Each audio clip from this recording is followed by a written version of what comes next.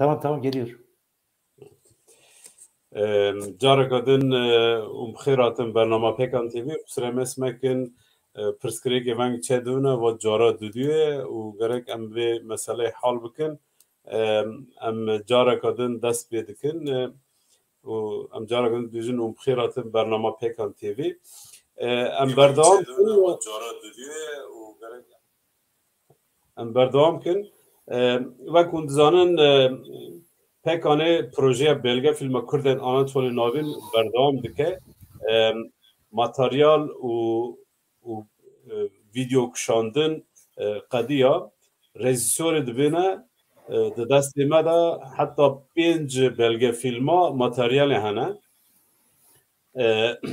ev proje yal devbare baqada yani devbara ame edin belge filmeki Liser Kürden Anatoliye Navin yani dü belge film yek sinema ku tekst daxip İngilizi ku bikaribe beşdari peşbirke yani yarışma navnetevi bibe xêrî ve berî ku ez bi dawî bînim pekane kongraxê çaramîn li Danimarka li dar dixe di 20 mijdarê 20 Qasîmê به وی مناسبته ام گشت که دعوتی کنگره پیکانه چارمین دکن یاد دیو پیکان تبی وی گاوه هم لسر فیسبوک هم لسر یوتیوب هم لسر تویتر وشانه دکه جوا گهدار و تماشاوانان رجا دکن کو برنامه ما پاروا کن و برنامه ما رو ببین اندام دا کو بگیجه پر کسا و از بدم havale Xay Necati ku Türkiye berdam kerem. Evet sevgili seyirciler tekrardan merhabalar diyoruz. Pekan TV ekranlarına hepiniz hoş geldiniz. Bugün yeni bir programla sizlerin karşınızdayız. Geçen 2 hafta olduğu gibi Danimarka'daki yerel seçimleri biz ele aldık. Buradaki 59 Orta Anadolu Kürdünün adaylıklarını sizlere tanıtmaya çalıştık.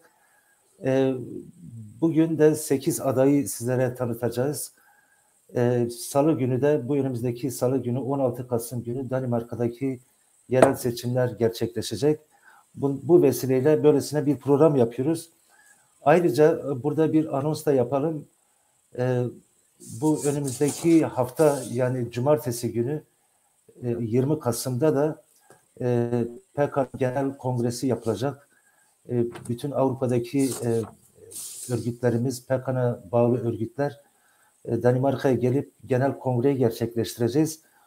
Bundan dolayı bütün dostlarımızı, yoldaşlarımızı, insanlarımızı kongremize davet ediyoruz. Bunu söyledikten sonra Ahmet arkadaşın da söylediği gibi belge film var. Belge filmi hazırlıyoruz. Orta Anadolu Kürtlerinin tarihini içeren bir belge filmi hazırlanıyor. Rejisör arkadaşlarımız hemen hemen tamamlamış durumdalar. Bu 2 film hazırlanacak. Birisi sinema şeklinde sinemaya yönelik bir belge film olacak. Diğeri de içeriği tamamen belgesel olan 2 bölümden oluşacak. Bu haberi verdikten sonra da bugünkü konuya geçip yerel seçimlere dönelim. Buyur Ahmet. Biz konuya geçmeden önce Türkçe ve Kürtçe bir çağrı yapalım seçime katılmayla ilgili. Az kurmancı bugün Türkiye bugün. Em bangla herkese gil Danimarka dijin dikün ku roja seçeme yani roko sali devşeşi müjdar Qasım'e da jibok irada ve temsil vara temsil kirin mafi xey dengdayine karbinin Türkiye jival ve dereye istersen bugün istersen az bugünüm. Bugün ha. Danimarka'da yaşayan herkese çağrımızdır. Salı günü 16 Kasım 2021 tarihinde iradeniz ve temsiliyetinizin olması için oy hakkınızı kullanın. Böylelikle biz de herhalde program Türkçe devam edecek. Biz de devam edelim. Şu anda 2 misafirimiz hazır. Her ikisini de ekrana alıyoruz. Feramuz Acar yoldaşımız, arkadaşımız. Hoş geldin. Misafirsin. İlk önce seninle konuşalım. Merhabalar, hoş bulduk. İyi yayınlar dilerim. İzleyicilere saygılar, sevgiler. Sağ olun. Serdal arkadaşa da hoş geldiniz diyelim. Serdal sen de hoş geldin. Hoş bulduk. Evet, Serdal daha önce programlarımıza katıldı. Feramuz arkadaş ilk defa katılıyor. Sevgili Feramuz Acar, kendinizi biraz bize tanıtır mısınız Pekan TV izleyicilerine? Özellikle Danimarka'da yaşayan izleyicilerimize. Siz epey tanınıyorsunuz ama gene de nerelisiniz, ne zamandan beri Danimarka'da yaşıyorsunuz, ne işle meşgulsünüz? Bu konuda bizi bilgilendirirseniz iyi olur. Buyurun. Nereden başlayayım? Kahraman Çorumluyum diyeyim. Orta Anadolu. Bende Kürtlük yok ama tabii ezilen bütün halkların, başta Kürt halklarında her türlü mücadelesini sonuna kadar destekliyorum. Kahraman Çorumlu derken Çorum'un leblebisinden başka pek fazla bir şey yok. Çorum'un kahramanlığı oradan değil, İbrahim Kalpakkaya'dan gelir. O anlamda söylemek istedim Kahraman Çorumlu diye. Çorum doğumluyum. 1974'te ilk defa Danimarka'ya geldim. Bir yıl kaldım. Sonra 78'de daha doğrusu izine geldim Danimarka'ya. Tatil annemgili ziyarete. 78'li yıllarda Türkiye'de ortalık biraz karışıktı. Hem inanç boyutunda hem siyasi açıdan işte askeri faşist diktatörlüğün gelişine bir şeylik çalışması vardı sanırım. Ondan dolayı ortalık bayağı karışıktı. Annem beni göndermedi. O nedenle o tarihten bugüne kadar Danimarka'da yaşıyorum. Evliyim. İki çocuğum var. İkisi de büyük. Biri 19 yaşında, birisi de 32 yaşında. Torunum da oldu. Evet. Bu arada dedelik de dede de olduk. Gözünüz aydın, çok hoş. Sağ ol. Meslek olarak teknik ressamlık mesleğim var. Onun dışında sosyal danışmanlık mesleğim var. Sosyal danışman olarak çalışıyorum. Uyuşturucu bağımlısı, psikolojik sorunu olan gençlerin kaldığı bir yerde. Daha çok gece bekçisi olarak danışmanlık yapıyorum. Bir de o gençlerin kaldığı binadaki gençlerle ilgileniyorum. Evet. 15 yıldır da aynı iş yerinde çalışıyorum. Evet. Onun dışında birkaç tane derneğe üyeyim. Tabii yerel Alevi kökenliyim. Yerel Alevi Kültür Merkezi yönetimindeyim. Danimarka Alevi Federasyonu'nun kuruluş ve yöneticiliğini yaptım bir süre. Evet. Devrimci Aleviler Birliği diye bir örgütlenmemiz var. Onun içindeyim. Onun dışında yerel düzeyde burada 28 yıldır yabancılar danışmanlığı, oy gibi nüfuzları diye bir derneğimiz var. Orada gönüllü tercümanlık, danışmanlık yapıyorum bedava. Ayrıca bir de Kiracıları Koruma Derneğimiz var. Evet. 100 yıllık bir dernek, daha fazla, 104 yaşında. Orada da 7-8 yıldır yönetimdeyim. Oranda kasadarlığını yapıyorum. Şimdilik bu kadar. Evet, yani zaten biz de biliyoruz, yani ben sizi 83-84 yılından beri tanıyorum. Çok aktif bir insansınız. Bütün alanlarda çalışıyorsunuz ve bugün de şimdi de Kanars bölgesinde, Kanars şehrinde belediye meclisine encümen olarak adaylığınızı koydunuz. Öncelikle hangi partiden veya hangi listeden adaylığınızı koyduğunuzu bir sormak isterim. Şimdi Randes'te BPO listinde bir liste oluşturduk. BPO liste konut sakini, kiracılar demek aslında. 1993 yılında Randes Kiracılar Koruma Derneği'nin kurduğu bir politik liste. Danimarka'da bir yasa var. Bu kiraların kendi kendine veyahut da ev sahiplerinin istediği gibi kiraları artırma şeyini engelleyen bir yasa var. O yasayı belediyeler istediği gibi kullanabiliyorlar. Onu kaldırmak için bir girişimde bulundular. Biz de o zaman bir liste oluşturduk. Bu BPO liste ismiyle. Bu listeyi o zaman Kiracılar Koruma Derneği, var olan göçmen dernekleri, yabancılar bürosu, EİNHİS liste, birkaç yerel şoförler sendikası falan, yerel sendika birlikte oluşturduk. Evet. 93'te belediyeye girdik ve o gündür bugüne belediyede arkadaşlarımız var. Ben 2001 yılından 2009 yılına kadar 8 yıl Randes Belediye Meclisi'nde önceden bulundum. Yani ilk defa aday değil. Evet. Tamam. Destek amaçlı tekrar evet, encümeninizi tekrar koydunuz. Yerel liste, yani parti değil. Evet, anladım. Parti değil. Yani Ganars'ın içindeki sol örgütlerin bir araya geldiği bir liste diyorsunuz. Şu anda Enhis listeye geçen sene ülke çapında karar aldı. Bağımsız olarak adayı gösterdiler ve onlar da girdiler. Evet. Onun dışında Welfare liste diye bir liste vardı. Onlar da bizimle birlikte çalışıyordu. Onlar da bağımsız olarak aday oldu. Onlar da girdi. Fakat bu seçimlerde 3 liste yani Enhis Partisi ve Welfare listi ve bir listi ittifak halinde İttifak girdik. halinde. Sonuçta %99 aynı fikirleri, aynı düşünceleri savunuyoruz. Evet. Bütün belediye meclis toplantıları öncesinde birlikte gündemi değerlendiriyoruz. Evet. Yani aynı şeyiz. 3 kişi var belediyede şu anda bizi temsilen. Bakalım bu Çok seçimlerde güzel. ne olacak göreceğiz. Çok teşekkürler ediyorum sevgili Ferhamuz arkadaş. Şimdi Serdar arkadaşımıza geçelim. Daha sonra da farklı sorularımıza geçeceğiz. Serdar, seni tanıyoruz. Seni Danimarka'da epey kişi tanıyor. Danimarka hem yerel alanda hem de genel anlamda epey aktif olarak çalışıyorsunuz. Sizi de önce bir seçim programı olduğu için sizi de böyle bir kısaca bir tanıtalım. Nerelisiniz? Ne zamandan beri Danimarka'da yaşıyorsunuz? Ve şu andaki meşgul olduğunuz iş ne tür bir alan? Daha sonra sorularımıza geçelim. Buyurun. Tabii ki öncelikle davet için Pekan TV çalışanlarına çok teşekkür ediyorum ki böyle bir imkanı bize tanıttıkları için. Biz teşekkür ederiz. Değerli dinleyicilerimize de selamlarımı, sevgilerimi iletiyorum. Evet, 1979 Ankara Hayman-Abumsuz doğumluyum. 1988'den beri de işte Kopenhag ve çevresinde yaşıyorum. Asıl mesleğim sosyal bilimler alanında, hem sosyal bilim iletişim alanında master yaptım ben 2005 yılında burada Roskilde Üniversitesi'nde.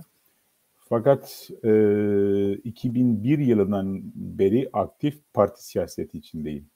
Daha önce de dernek çalışmalarım vardı o lise dönemlerinde vesaire.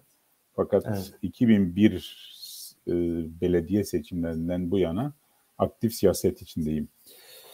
2003'ten beri aktif olarak Danimarka Sosyalist Halk Partisi içinde siyaset yapmaktayım. 2005 yılında partinin o zamanki yerel seçimlerde bölge meclis üyelerine seçildim 2005 yılında. Bir dönem oradaydım 2009'a kadar. 2009'dan da bu yana Glasgow Belediyesi'nde hem belediye meclis üyesiyim hem de belediye başkan yardımcısı olarak görev almışım. Halinde devam ediyor bu görevi. Fakat bunun yanı başında ülke genelinde de Danimarka Sosyalist Halk Partisi'nin genel başkan yardımcılığını yürütüyorum. 2009 Haziran ayından beri partinin 19. genel başkan yardımcısı. Evet, 2019'dan itibaren. Evet. Haziran ayından itibaren de partinin genel başkan yardımcısıyım Danimarka geneline. Yani kısacası hayatım ve çalışmalarım şu an içinde bulunduğum yaşam diyeyim. Bundan ibarettir. Evet. Evet sevgili Serdar, 2019'da dediğin gibi buradaki genel seçimlerde çok az bir oy farkıyla milletvekilliğini maalesef kazanamadınız ama partinin daha sonraki dönemde parti sizi genel başkan yardımcılığına getirdi ve şu anda da Glasgow Belediyesi'nde belediye başkan yardımcılığını yürütüyorsunuz. Ve şimdi tekrar ESEF'ten adaylığınızı tekrar koyuyorsunuz. Size şunu sormak isterim. Durum nasıl gidiyor? Glasgow Belediyesi'nde ki yabancıların durumu ve sizin tekrar belediyeye girme ihtimalinizi siz nasıl görüyorsunuz? Yani gireceksiniz, kazanacaksınız da ama sormak isterim. Genel seçim durumu nasıl gidiyor? Genel anlamda bizim parti açısından bakılırsa tabii ki 2017 yerel seçimlerine baktığımız zaman ESEF olarak şu anki genel anketlerde ve gelen yerel belediye seçim anketlerine bakılırsa ESEF şu an 2017 seçimlerdeki sonuçların çok üstünde. Tabii ki bu haliyle bir pozitif atmosfer yaratıyor bizim için. Bizim temel amacımız Glasgow'de benim temel amacımız partinin zaten birinci sıradayım. Seçilmemin dışında burada ne kadar solu güçlendirebilirsek, burada benim parti adına konuşuyorum şu an. Evet. Kendi partim adına konuşuyorum. Nerede ne kadar güçlendirebilirsek buradaki ilerideki seçim sonrası olabilecek bir koalisyonda ESEF'in sesi daha yüksek çıkacak. İleriki aşamalarda, ileriki çalışmalarda bu konuda da etkimiz, teslimimiz daha güçlü bir şekilde olacak. Bizim temel hedefimiz budur. Yani biz 2017 seçimlerinde belediye meclisi 25 kişiden oluşuyor Gladsaksa'da. Evet. İki aday %10 oy almamıza rağmen o dönem 2 aday çıkarmıştık. Şu anki hedefimiz 4 aday çıkarmaktır. Temel düşüncemiz budur. Fakat şöyle bir durum söz konusu. Bizim ki Feramuz arkadaş da bu konuda, onu da tebrik ediyorum bu arada. Tekrardan demokrasi serüveni yolunda halen devam etmesini takdir ediyorum. Onu kendisini çok seviyorum. Bu konuda da saygı ve selamlarımı iletiyorum kendisine. Şimdi ülke genelinde şöyle bir durum söz konusu Necati Yoldaş'ım. Evet. Geçen 2017 seçimlerine, genel seçimlere baktığımız zaman katılım oranı çok düşük. Bizim etnik uyruklu dediklerimiz yani tam olarak tanımladığımız. Evet. Ki bunların arasında Türkiye'li Kürt ve Türkler de dahildir. Evet. Ülke geneline geçen seçimlerde katılım oranı belediye seçimlerinde %75 iken yabancı uyruklu insanlar arasında bu %50'nin altındadır. Bu bir demokrasi ayıbıdır bence. Bu bir eksikliktir. Bunu gidermemiz gerekiyor. Benim çalışmam, genel seçim çalışmamın yanı başında ben Gladsaxe bölgesinde bulunan etnik kimliği fark etmeksizin herkese ulaşmaya çalışıyorum. Gidin oyunuzu kullanın. Hatta belki bugün benim Facebook'u takip ettiyseniz Sağ Parti, Liberal Parti'nin, Venstre Partisi'nin buradaki birinci sıra adayıyla ortak bir video yaptık. Yabancılara bir mesaj anlamında biz parti çıkarı takip etmeksizin herkesin gidip oyunu kullanması gerektiğine dair böyle bir mesaj vermeye çalıştık. Çünkü bu çok önemli gerçekten. Evet. Burada entegrasyon veya uyumu sağlamak istiyorsak yabancıların da demokrasi içinde kendi rollerini alması gerekir, kendi görevlerini yerine getirmesi gerekiyor. Bu da 4 senede bir gidip en azından o oy haklarını, o demokratik haklarını kullanarak Danimarka siyasetçilerine, yani bize, temsilcilerine böyle bir güçlü bir sesi vererek kendilerini temsil edebilme gücü ve kapasiteyi bize sunmalarını diliyoruz. Böyle bir durum söz konusu. Evet. Çok önemli bu. Yani gerçekten de önemli. Fakat ben öyle düşünüyorum ki bu sene katılım, yani yabancılar arasındaki katılım daha da fazlalaşacak. Öyle görüyorum. Çünkü birçok adayımız var ve bu adayların hepsi kendi belediyelerinde çalışıyorlar. Bir çalışma yürütüyorlar. Umuyoruz ki katılım daha fazla olur. Serdar arkadaş söyleyecektim. Senin şeyde sürekli izlediğine dair profilin geliyor. Acaba neden öyle? Öyle mi? Ben onu benim Facebook'ta ben telefondan açmıştım. Oradan belki soru morular olursa ben yani kapatıyorum onu. Şimdi kapattım onu. Evet, tamam, kapattım onu. Bir de sevgili arkadaşlar, yani programımızı paylaşın. Gerçekten önemli bir program yapıyoruz. Adaylarımızı tanıtıyoruz ve zaman da kalmadı. Bu önümüzdeki Salı günü 16 Kasım'da seçimler olacak. Onun için bu programı paylaşmanızı istiyoruz. Feramuz arkadaş, bu soruyu sana da yöneltmek isterim. Yani Kanars'taki durum nasıl? Kanars'ta epey insanlarımız yaşıyor orada. Hem Türk hem Kürt birçok insanımız orada yaşıyor. Ve sizler de uzun yıllardır orada aktif bir çalışma yürütüyorsunuz. Sizin girme ihtimaliniz nasıl? Partinizin, listenizin durumu nasıl gidiyor? Öyle bir soralım. Daha sonraki sorularımızı yöneteceğiz size. Buyurun. Şimdi ben de katılıyorum Serdar Yoldaş'a. Eğer iktidara talip olmazsak başkalarının başkaları tarafından yönetiliriz. Onların zulmüne de boyun eğmek zorunda kalırız. Onun için aday olmak lazım. Sıradan insanlar, yurttaşlar olarak da gidip oyumuzu kullanıp seçimimizi yapmak lazım. Onun için ben de çağırıyorum ki bütün etnik grupları, yabancılar özellikle gidip oylarını kullanmaları için. Bizim listemizden normalde biz daha çok aday gösteriyorduk. Bu sene 2 tane aday var yabancı olarak. Birisi ben, birisi de Melika diye Yugoslav eski Bosna kökenli bir tane bayan öğretmen arkadaşımız var. Evet. Onlar şu anda yakın komşularım. Burada Bosna Derneği var. Aslında ben de orada olacaktım. Yayın dolayısıyla saat 7.30'da olduğu için buraya geldim. Biz etnik dernekleri, işte restoranları, pizzaları falan geziyoruz.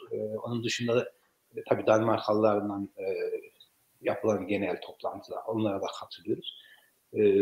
Yani toplumu uyarmak lazım. Daha deminden burada özellikle Kürt arkadaşların yaşadığı, vatandaşların yaşadığı bir bölge var. Hemen arka tarafında 500 metre geride. Oradan bir grup olarak telefon ettiler.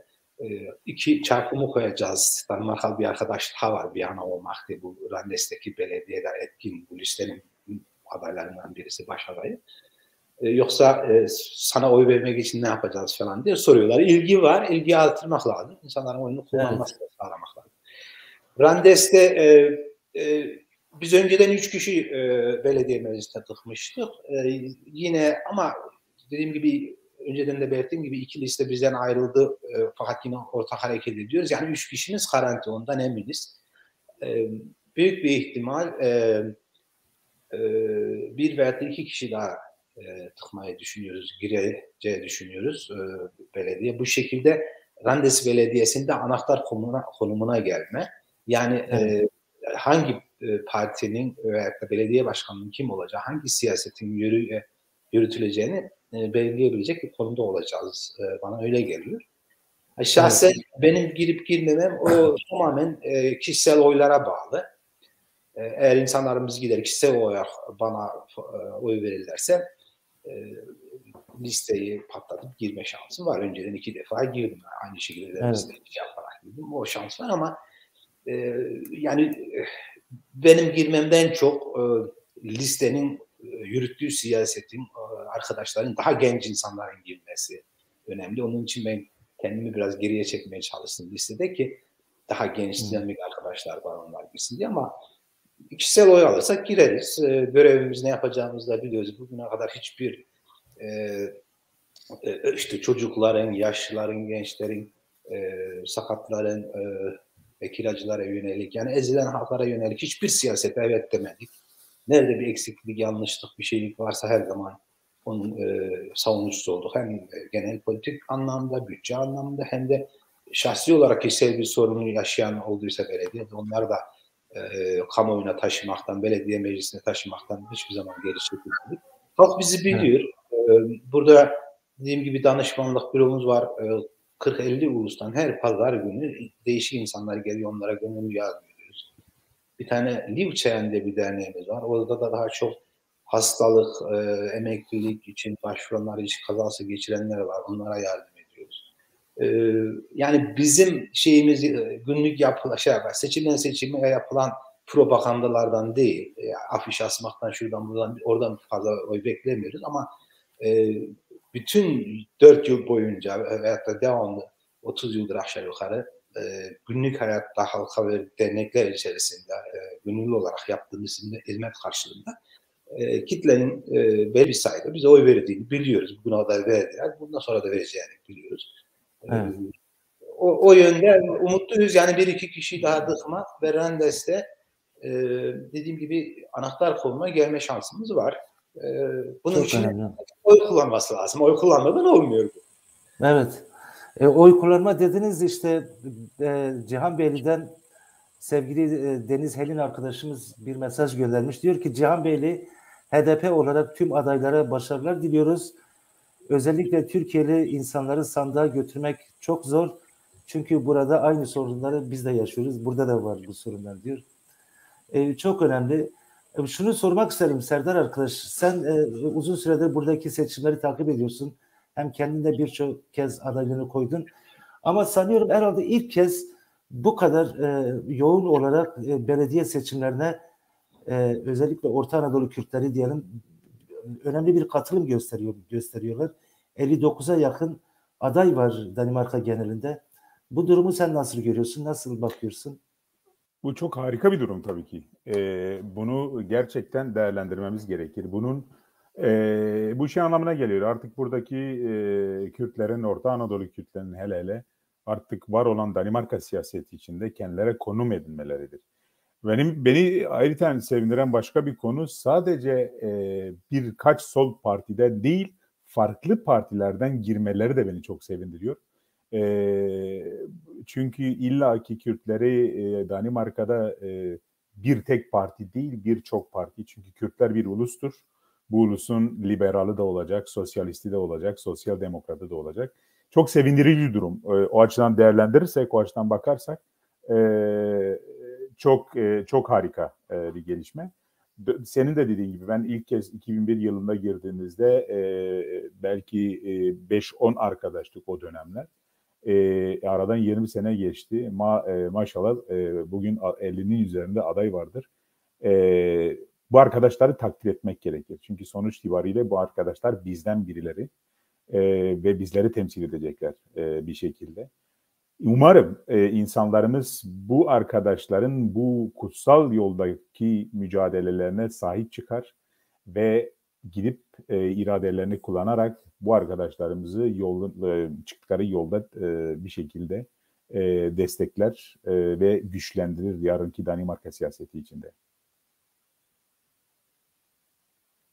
Bizler de gerçekten önemli görüyoruz bu kadar adayın kendilerini... Son bir görüntü galiba bir kopukluk oldu. Son söylediklerimi duyabildin mi?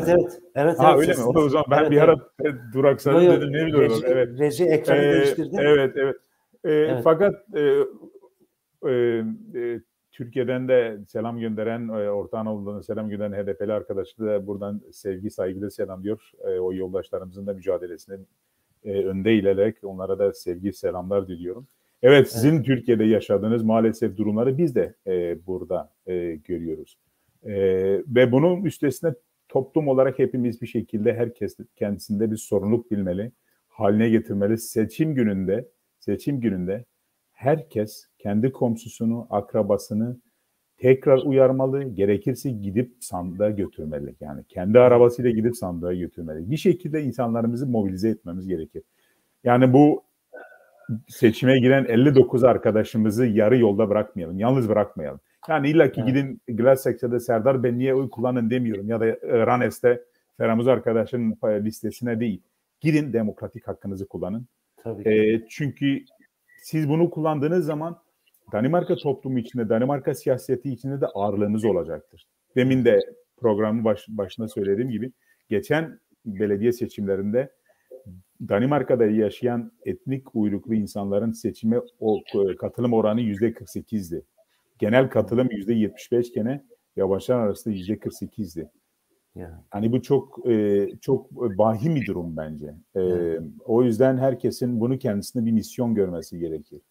Yani şunu şöyle, Feramuz arkadaş demin dile getirdi, başka bir tabirle de dile getirebiliriz. Rahmetli Martin Luther King'in çok iyi bir tabiri var. Diyor ki aslında en büyük trajik şey değildir diyor. Kötülerin barbar olması değildir, iyilerin pasif durmasıdır. Yani biz toplum olarak pasif durursak, gidip seçim hakkımızı kullanmazsak ya da siyaset içinde rolümüzü oynamazsak, aktif olarak siyasetin içine katılmazsak birileri bizim geleceğimize yön verecektir. Ve o birileri de bizim sevdiğimiz, beğendiğimiz insanlar değil, bize çizdikleri yolda belki bizim yolumuz değildir. O yüzden gidin oyunuzu kullanın, gidin sesinizi verin. Bu giden arkadaşları da yalnız bırakmayın bu çıktıkları yolda. Evet, teşekkür ediyorum. Feramuz arkadaş, siz bir şey söylemek istediniz herhalde. Buyurun. Evet, yani Serdar Yoldaş'ın da belirttiği gibi aday olmamız ve değişik partilerden aday olmamız çok güzel bir şey. Aday olduğumuzda belediye meclisine veya da genel meclise falan girdiğimizde değişik siyasi partilerle, oradaki insanlarla görüşmelerde, konuşmalarda kendi duruşumuzu, toplumumuzu, halkımızı anlatıp ırkçılığa ve benzeri şeylere karşı da bir anlamda çalışma yapmış, onları etkilemiş oluruz. Ben bir örnek vereyim. Randers Belediyesi'nde ilk seçime girdiğimizde ilk konuşmayı yapıyor. Deniz Folkeparti'den seçilen bir arkadaş. Nu kom Perganos i byrådet dedi. Yani Persler, yabancılar belediye meclisine de girdi falan dedi. Ben tabii protesto ettim, ayağa kalktım böyle o şeyle, heyecanla. Belediye başkanı zili çaldı, ikimiz de oturun dedi. Bir defa dedi böyle şeyi konuşmayın. Yani ırkçı yaklaşımlar. İkincisi izin almadan konuşmayın. Neyse ondan sonraki günlerde o arkadaş, Demokratik Parti'nin arkadaşın yanına gittim. Bir yerde bir yemek yiyorduk. Yemek yaptıktan sonra yarım şişe kırmızı şarap vardı. Onu aldım, yanına gittim, oturdum. 2-3 saat konuştuk. Ondan bu yana 4 yıl boyunca hiç birbirimizden kavga da etmedik, yapmadık. Hatta 1-2 defa ben onun getirdiği önerileri bile destekledim. Çünkü bilmeden, tanımadan yaptılar. Yani belediye meclislerine girdiğimizde kendi toplumumuzu, halkımızı, sorunlarımızı, derdimizi aynen deminden Serdar Yurdaş'ın da belirttiği gibi ve Türkiye'den HDP ile ilgili yapan arkadaşların da belirttiği gibi Türkiye'deki halklarımızın verdiği mücadeleye dayanışma açısından, buradaki siyasetçiler ve halka etkileme açısından da çok yararı var. Çünkü günlük politik çalışmalarda, belediye toplantılarda, şeylerde o insanlarla konuşuyoruz. Sonuçta bu insanlar bu ülkeyi yönetiyorlar. Bu belediyeleri yönetiyorlar. Çeşitli siyasi kurumlarında aktif insanlar. Biz ne kadar sorumluluk alırsak yaşadığımız toplumda o kadar o toplumun bir parçası, entegre olmuş oluruz. Ve var olan onlara hem desteklemiş hem de onların Türkiye'deki verdiğimiz mücadeleye onların dayanışması açısından önemli. Onun için girmemiz, aday olmamız hangi partiden olsa olsun hiç fark etmez. Evet. Danimarka Türkiye gibi değil. Burada en ırkçısıyla bile oturup konuşabiliyorsun. Türkiye'de eline silah almak zorunda kalıyorsun. Çünkü adam seni tamamen kökten reddediyor. Ve boynuna silah dayıyor. Biz hiçbir zaman şiddet yanlısı değil, onlar şiddet uyguluyor. Maalesef. Evet, işte bugün aslında adaylarımız bayağı zengin. Farklı adaylarımız vardı. Bugün Necla Baran Rodore'den adaylığını gösteriyor. Mehmet Akbina arkadaşımız var. Holstebro'dan. Özkan Ekiz arkadaşımız var. Brøndby'den Liberal Alyansı'dan giriyor. Liberal Parti'den. Sami Deniz var. İsoy bölgesinden SF Partisi'nden giriyor. Rojda Kara Tastrup bölgesinden geliyor ve sevgili arkadaşımız Ahmet Gezer burada. O da Aalborg bölgesinden Sosyal Demokratlardan giriyor. Buyur Ahmet abi. Teşekkür ederim. Ben Serdar arkadaşa soracaktım. Siz tecrübe edinmiş bir siyasetçisiniz. Yabancıların durumunu biraz anlattınız. Ne yapılmalı ki insanlarımız bu bilince ulaşsın, oy hakkını kullansın ve kendi iradesi ve temsiliyeti olsun? Ya şimdi bizim gençler arasındaki maalesef oy oranı da çok düşük. Yani siyasi bilinç sanki birinci kuşakta daha çok yüksek. Yani böyle bir duruma geldik. Çok vahim durum aslında. Yani burada eğitim almış, Danimarka eğitim sisteminden geçmiş gençlerimizin halen böyle bir yaklaşımın olması çok vahim bir durum. Bununla tabii bunu ciddiye almamız gerekir. Burada benim yani senelerdir gerek milletvekili genel seçimlerdeki tecrübelerinden yola çıkarsan ya da yerel seçimlerdeki tecrübelerinden yola çıkarsan bölgelerde kilit noktada olan arkadaşlarla irtibata girip bunlar üzerinden o bölgelerdeki insanlara ulaşıp gerekirse tek tek evlerini ziyaret ederek, gerekirse eğer dernekleri varsa derneklerine gidilmesi gerekiyor. Bir şekilde bu kilit insanlar üzerinden mobilize ederseniz bu insanları, bu insanların ya da çalışmalarınızda dahil ederseniz daha güzel bir sonuç elde edebilirsiniz. Örneğin Glasex'de şöyle söyleyeyim, senelerdir her bölgede dahil ettiğim seçim çalışmalarına dahil ettiğim arkadaşlar vardır. Ve bu arkadaşlar sağ olsunlar hem benim çalışmalarıma sahipleniyor hem de insanlarımızı mobilize ederek harekete geçirerek gidip oy kullanmalarını sağlıyor bir şekilde. Ama bu tabii ki bazı diğer etnik gruplar açısından eksik kalıyor. Yani burada Glasex'de ulaşamadığım bazı başka gruplar da var. Örneğin bu dönem burada Glasex'de Somali'den gelen vatandaşlarımıza ulaşmaya çalıştım. Yine Somalilerin yoğun yaşadığı bölgedeki kilit isimler üzerinden o bölgede gerek o toplum içindeki belki konumu güçlü olan bir şahıs olabilir, bir birey olabilir ya da dernekleri varsa onlarla irtibata geçerek kolektif bir şekilde bu insanları mobilize etme imkanımız var. Çünkü yabancıların bile böyle bir de kolektif hareket etme şeyleri var. hele kendilerine benzeyen bir aday olduğu zaman da daha da sahiplenerek ve o bilinci yaratarak, o enerjiyi yaratarak, her şeyden önce enerjiyi yaratarak bu şekilde motive ederek, mobilize ederek seslerini sandığa yansıtma imkanımız olabilir. Yani Glass-Steagall'den tecrübelerim böyledir. Fakat yine yeterli değildir. Yani her kanaldan bu insanlara ulaşmamız gerekir. Ben işte sabah bir Facebook üzerinden Danimarka Sağ Partilerinden Liberal Parti ile beraber bir video yaptım. Ortak bir video, yabancılara yönelik bir mesaj verdik. Orada mesajımız somut olarak şu: gidin, oy hakkınızı kullanın, siz Danimarka'nın bir parçasısınız. Oy hakkınızı elinizden almak isteyen Danimarkalı partiler var ve gidip oy kullanmamanızı tavsiye eden, burada Mörgmen diyorlar, Danca Mörgmen'der, yani İslamist, fundamentalist gruplar da var. Onlara tek cevabınız, gidin oy hakkınızı kullanın. Herkes sahiplenirse, bütün partiler böyle bir misyonu sahiplenirse yabancıları da bu konuda ikna edebiliriz ve mobilize edebiliriz. Ki etmemiz gerekiyor, çünkü başka çıkar yolumuz yoktur. Yabancıların da artık adayları var ama sesi yeterince sandığa yansıtılmıyor. Ve bu bence bir eksiktir. Her şeyden önce bizim etnik gruplar olarak ayrımızdır. Teşekkür ederiz Sayın Serdar. Ben o zaman bu çağrımızı gerilim bir Pekan TV kurumu olarak biz de altyazıda da gördüğünüz gibi Danimarka'da yaşayan herkese çağrımızdır.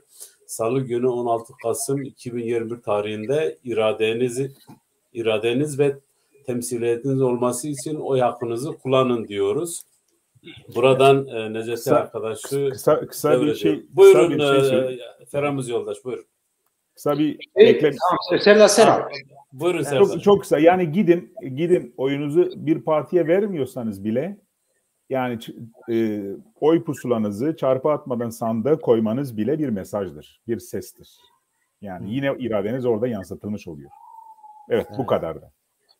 Feramuz Yoldaş, buyurun. Şimdi teknik olarak bazı bilgiler de vermek lazım. Ben bulunduğumuz bölgede sandık başkanlığı yapacağım. Onun için geç saate kadar oy da sayacağım. Bir defa seçimlerde en az 2 oy kullanılacak. 2 oy, birisi bölge Regionsrådsvalg, ikincisi de belediye ile ilgili. Her 2 kağıdı da belediye. Bu sene bütün evlere, herkese, seçmenlere bir tane zarfla oy kartı geldi. Oy kartlarının altından dijital okuma şifresi var. Herkes şeyini alıp oy kartını gelen onu seçim bölgesine gidecek. Orada scanner ekrana tutacaklar ve otomatik olarak oy kullanmak için geldiği kaydedilecek. Kaydı yapıldığında herkese 2 tane kağıt veriliyor. Birisi belediye seçimlerle ilgili, birisi de Regionsråd'la ilgili. Her zamanki olduğu gibi kulübeye gidip her 2 kağıda en fazla 1 çarpı konacak. Ya listeye ya özel olarak kişiye, hangi kişi istiyorsan. Ondan sonra onların ikisinin de ayrı ayrı şeyi var, sandığı var. O sandıklara atılacak. Bu seçimlerde özellikle son günlerde koronanın biraz daha artması dolayısıyla genel korona önlemleri alınacak. Bu yani mesafeyi koruyacağız. Herkes sırada duracak. 1,5 metrelik mesafe olacak. İkincisi, isteyen vatandaşlar maske takabilecekler. Seçim sandıklarının seçimlerin olduğu yerlerde ellere alkol yıkama şeyi falan olacak. İsteyen kendi kalemini evinden getirebilir. Oradaki kalemi kullanmak zorunda değil. Ve her oy kullanıldıktan sonra orada görevler olacak, şeyleri silinecek. Yani korkmamak gerek. Özellikle aşı falan olanlar için hiçbir sakınca yok. Gelip rahatlıkla oyunu kullanabilirler. Her ihtimale karşı çekinen, korkan varsa bugüne kadar eğer bugün son gündü kullanmış olmaları gerekiyordu. Mektupla oy kullanabiliyorlardı. Evet. Ona rağmen yine de çekinen, korkan varsa koronadan seçim sandıklarının olduğu bölgelerde kapıların dışında sürekli bir personel, bir kişi olacak, bir tane de masa olacak. Ben oyumu arabamda dışarıda kullanmak istiyorum derse oy kartını oradaki görevli alıp skaneye koyup kaydını yapacak. Onlara oy kartı getirecek. ve 2 kişinin gözetiminde kendisi gizlice oyunu kullanacak. O oylarını alıp sandığı götürüp konacaklar. Bu şekilde dışarıdan oylarını kullanma şansları var. Yani hiç korkmayın, çekinmeyin hastalık korona şeyinden dolayı. Evet. Bunu da belirtmekte yarar var diyorum. Serdar Şeyh'in sesin kesik. Bu şey için eğer son belirttiğiniz o dışarıda oy kullanma imkanı hakkı, korona pozitif olan insan vatandaşlarımız da gidip oyunu kullanabilir. Onlara da aynı bu imkan sunulacak. Eğer korona pozitifseniz aynen dışarıda Ferhamız arkadaşım belirttiği gibi orada sandık görevlileri olacaktır. Dışarıda bütün tedbirler alınarak tabii ki. Orada sağlık görevlileri var. Telefon numarası var. O numaraya telefon ediyoruz. Sağlık görevlileri gelip onların şeyini onlar alıyorlar. Aynen. O kişileri orada bekletiyoruz. Yani herkes kullanma şansı var. Ya. Tabii burada bütün herkese imkan veriliyor. Şimdi Serdar arkadaş, ben sana bu soruyu sormak istedim. Yani şimdi siz zaten şu anda belediye başkan yardımcılığını yürütüyorsunuz. Özellikle sizin Grensaksı Belediyesi'nde eksik gördüğünüz alanlar nelerdir? Tekrar seçildiğiniz takdirde hangi tür alanlarda daha çok yoğunlaşıp çalışmalar yürütmek istiyorsunuz? Bu yani bölgenin biraz durumunu da bize anlatsanız çok iyi olur. Buyurun. Tabii ki yani Glasaksı Belediyesi genel Danimarka geneline bakılırsa belediye olarak güçlü bir ekonomisi olan, güçlü bir altyapısı olan bir belediyeden bahsediyoruz. Fakat bizim de eksiklerimiz var. Yani bu temel çekirdek refah hizmetleri dediğimiz noktalarda bizim de tabii ki eksiklerimiz var. Önümüzdeki dönemde ülke genelinde gördüğümüz gibi Glasaksy'de de şöyle bir artış var. Belediye okullarındaki bu sorunlu olan, yani bir şekilde bir diagnozu olan işte ADHD bilmem Asperger vesaire böyle sorunları olan çocukların devletin şöyle bir politikası var. Bu çocuklara da var olan normal belediye okullarına dahil etmemiz gerekiyor. Fakat şu anki durumda hem Glasaksy'de hem birçok başka belediyede yeterince personelimiz yok bu konuda. Yani hem tecrübeli hem bu alanda expert olan bilgisi olan personel ihtiyacımız var. Glasaksy'de böyle bir sıkıntımız var. Bu konu üzerinde durmamız gerekiyor ve bu konu şöyle bir durum söz konusu. Bu çocukların birçoğu var olan normal sınıflara dahil edebilme imkanımız yok. Çünkü ekstra eğitime ihtiyacı var ya da özel bir eğitime ihtiyacı olduğu için özel başka bir yerlere göndermemiz gerekiyor. Bu da belediye bütçesini bayağı zorluyor. Bu konuda önlemler alıp bu çocukların ihtiyaçları doğrultusunda metotlar geliştirerek bunlara o hizmeti sunmamız gerekiyor. Bir başka alanda Glasaksy'de şöyle bir durum söz konusu. Aslında bu ülke genelinde önümüzdeki yıllarda büyük bir sıkıntı olacak personel eksikliği. İşte bu çekirdek refah hizmetleri dediğimiz işte yaşlılara hizmet alanı olsun, işte bu kreşlerde olsun, belediye okullarında olsun vesaire. Personel boşluğu var. Bu personel boşluğu önümüzdeki yıllarda daha da büyüyecek. Örneğin Danimarka'nın 2030'a vardığımızda şu anki yapılan istatistiklere göre 14.000 pedagoğa ihtiyacımız olacaktır. Bu büyük bir sorun. Şu an bile bunu Glasaksy'de hissediyoruz. Ve o yeterince personel bulma sıkıntısına sıkıntı çekiyoruz. Bu alanda da geçerli. Yaşlara hizmet konusunda da orada da yeterince vasıflı işçi eksikliği var. Bizim şu an birçok anonsumuzda, iş ilanında istediğimiz şekilde, istediğimiz düzeyde, istediğimiz oranda personeli maalesef bulamıyoruz ve önümüzdeki dönemde bu konular üzerinde hem belediyeler olarak hem de genel devlet çapında bu konuları ciddi tartışacağız ve bu konular bu çerçeve içinde de hem metot hem de yöntemler hem de çözümler geliştirmek zorunda kalacağız. Yani şu anki büyük sıkıntıların benim görebildiğim kadarıyla Glasaksy'den yola çıkarak ve aslında genel sorunlar olarak değerlendirdim. Temel sıkıntılar bunlar. Evet. Çok teşekkürler ediyorum.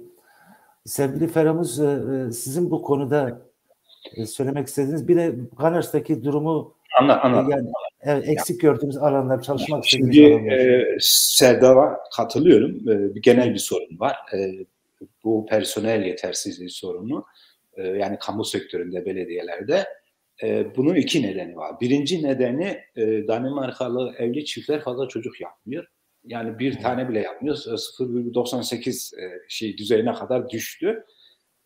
Birincisi o nedenle çocuklu ailelere ve çocukların işte yuva, okul ve eğitimine çok önem vermek lazım.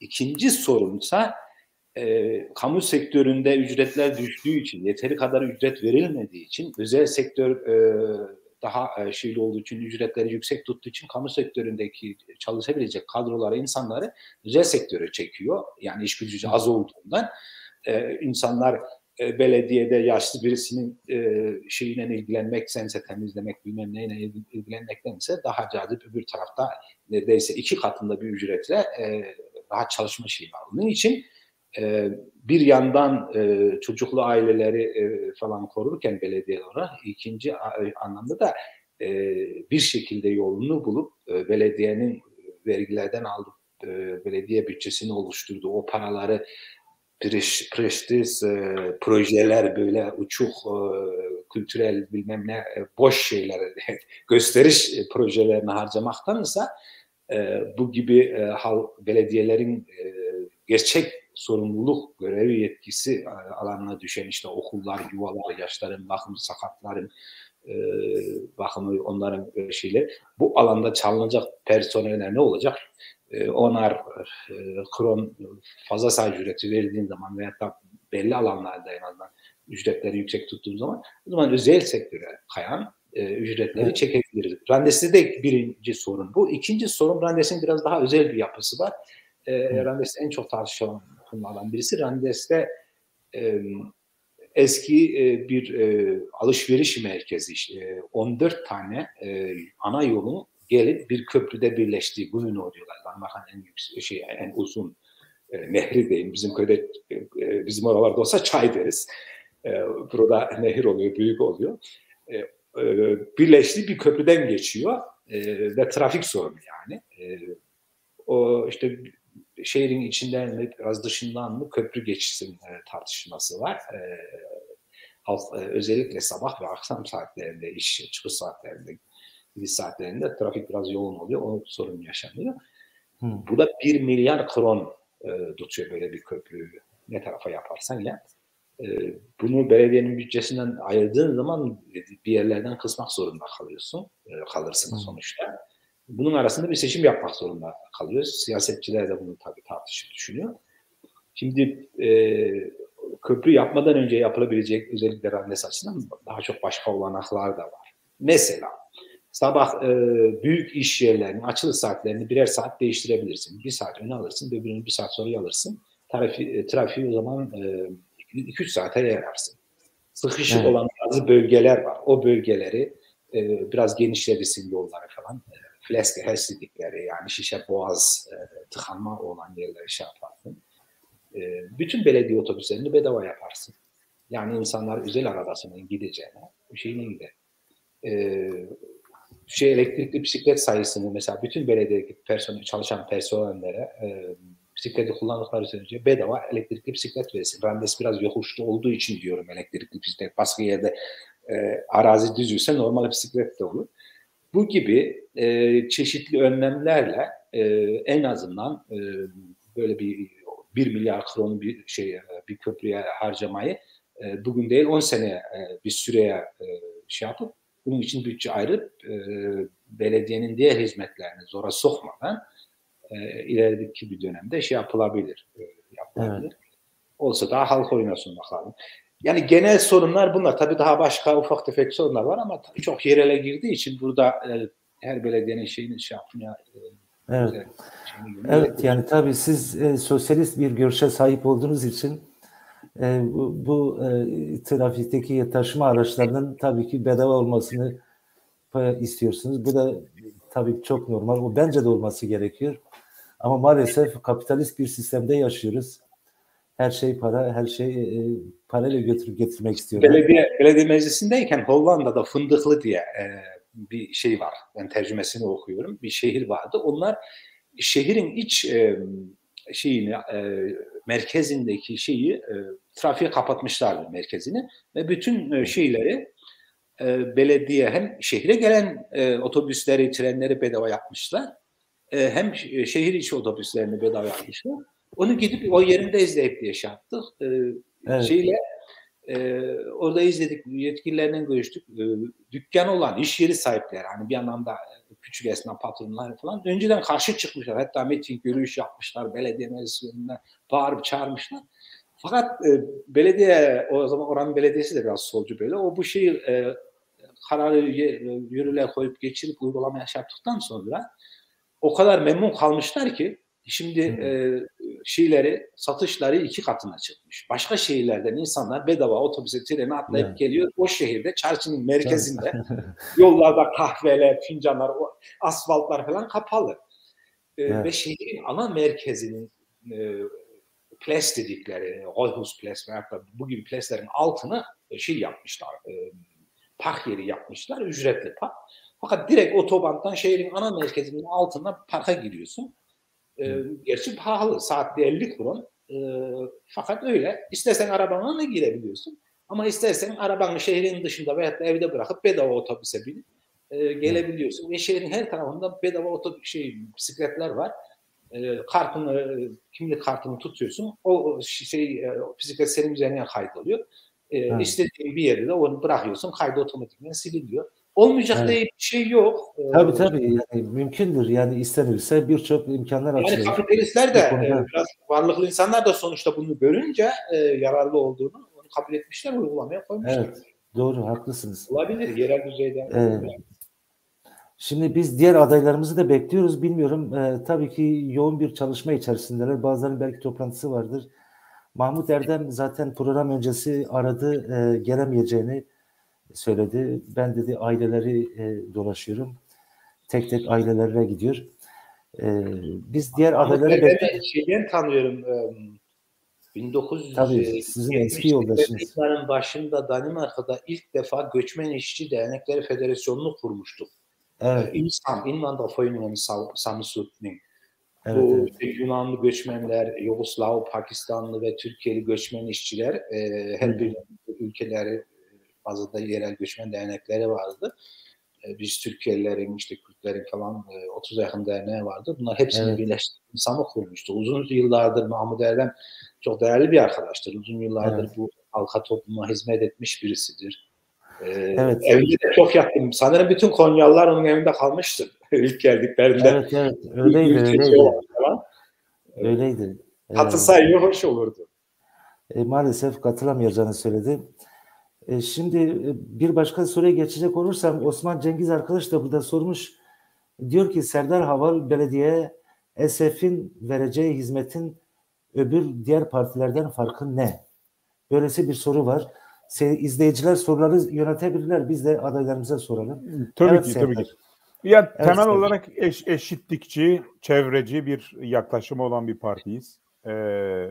Bu konuda somut olarak, yani bunu somuta indirgersek Glasex'e Belediyesi'nde bizim temel hedeflerimizden birisi 2013'te ilkokullarda, yani belediye okullarında yapılan reform sonucunda ilkokula giden çocukların günlük saatleri uzatıldı.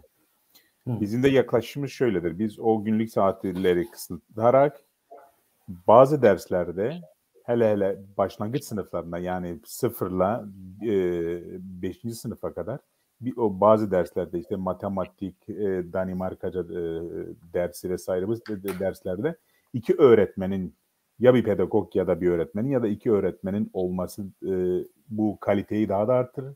Çocukların öğrenme kapasitesini de ve ortamını da daha da geliştirir, sağlar. Temel hedeflerimizden birisi budur bizim parti olarak. Çocuk alanına yine bakarsak bu inklusyon, yani dahil etme, insanları bu sorunları olan çocukları var olan belediye okullarına dahil etme konusunda yetersiz bütçe olduğundan dolayı bizim bu konudaki tavrımız çok nettir. Hem bu bütçeyi sağlayabilmek, ki Glasex'te de böyle bir olanağımız var. Glasex'te şu an Danimarka'nın 5.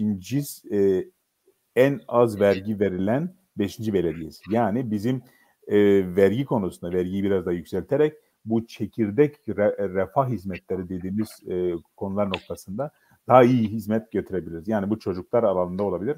Bizim bir de yaşlar açısından yapmak istediğimiz, ki ülke genelindeki politikamız da budur ve Glassex'e de bu geçerlidir. Şu an örneğin birçok işte eğer yaşlıysan kendi evinde hizmet alıyorsan ya da devletin bir huzur evindeyse ya da belediyenin bir huzur evindeysen sürekli her gün yeni bir sağlık personeli geliyor.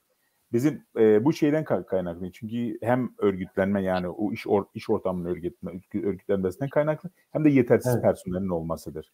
Bu konuda biz hem bu alanın bütçesini artırarak sürekliliğin olması için aynı personelin aynı vatandaşa gitmesi gerektiğini düşünüyoruz. Yani her gün yeni bir sağlık personeli değil, her gün aynı sağlık personeli, tabii ki mümkün olduğu şartta, tabii ki belki bu sağlık personeli bir gün hasta olabilir ama olabildiğince aynı sağlık personelinin gitmesi için bu konuda çalışmamız var. Temel hedeflerimizden birisi budur.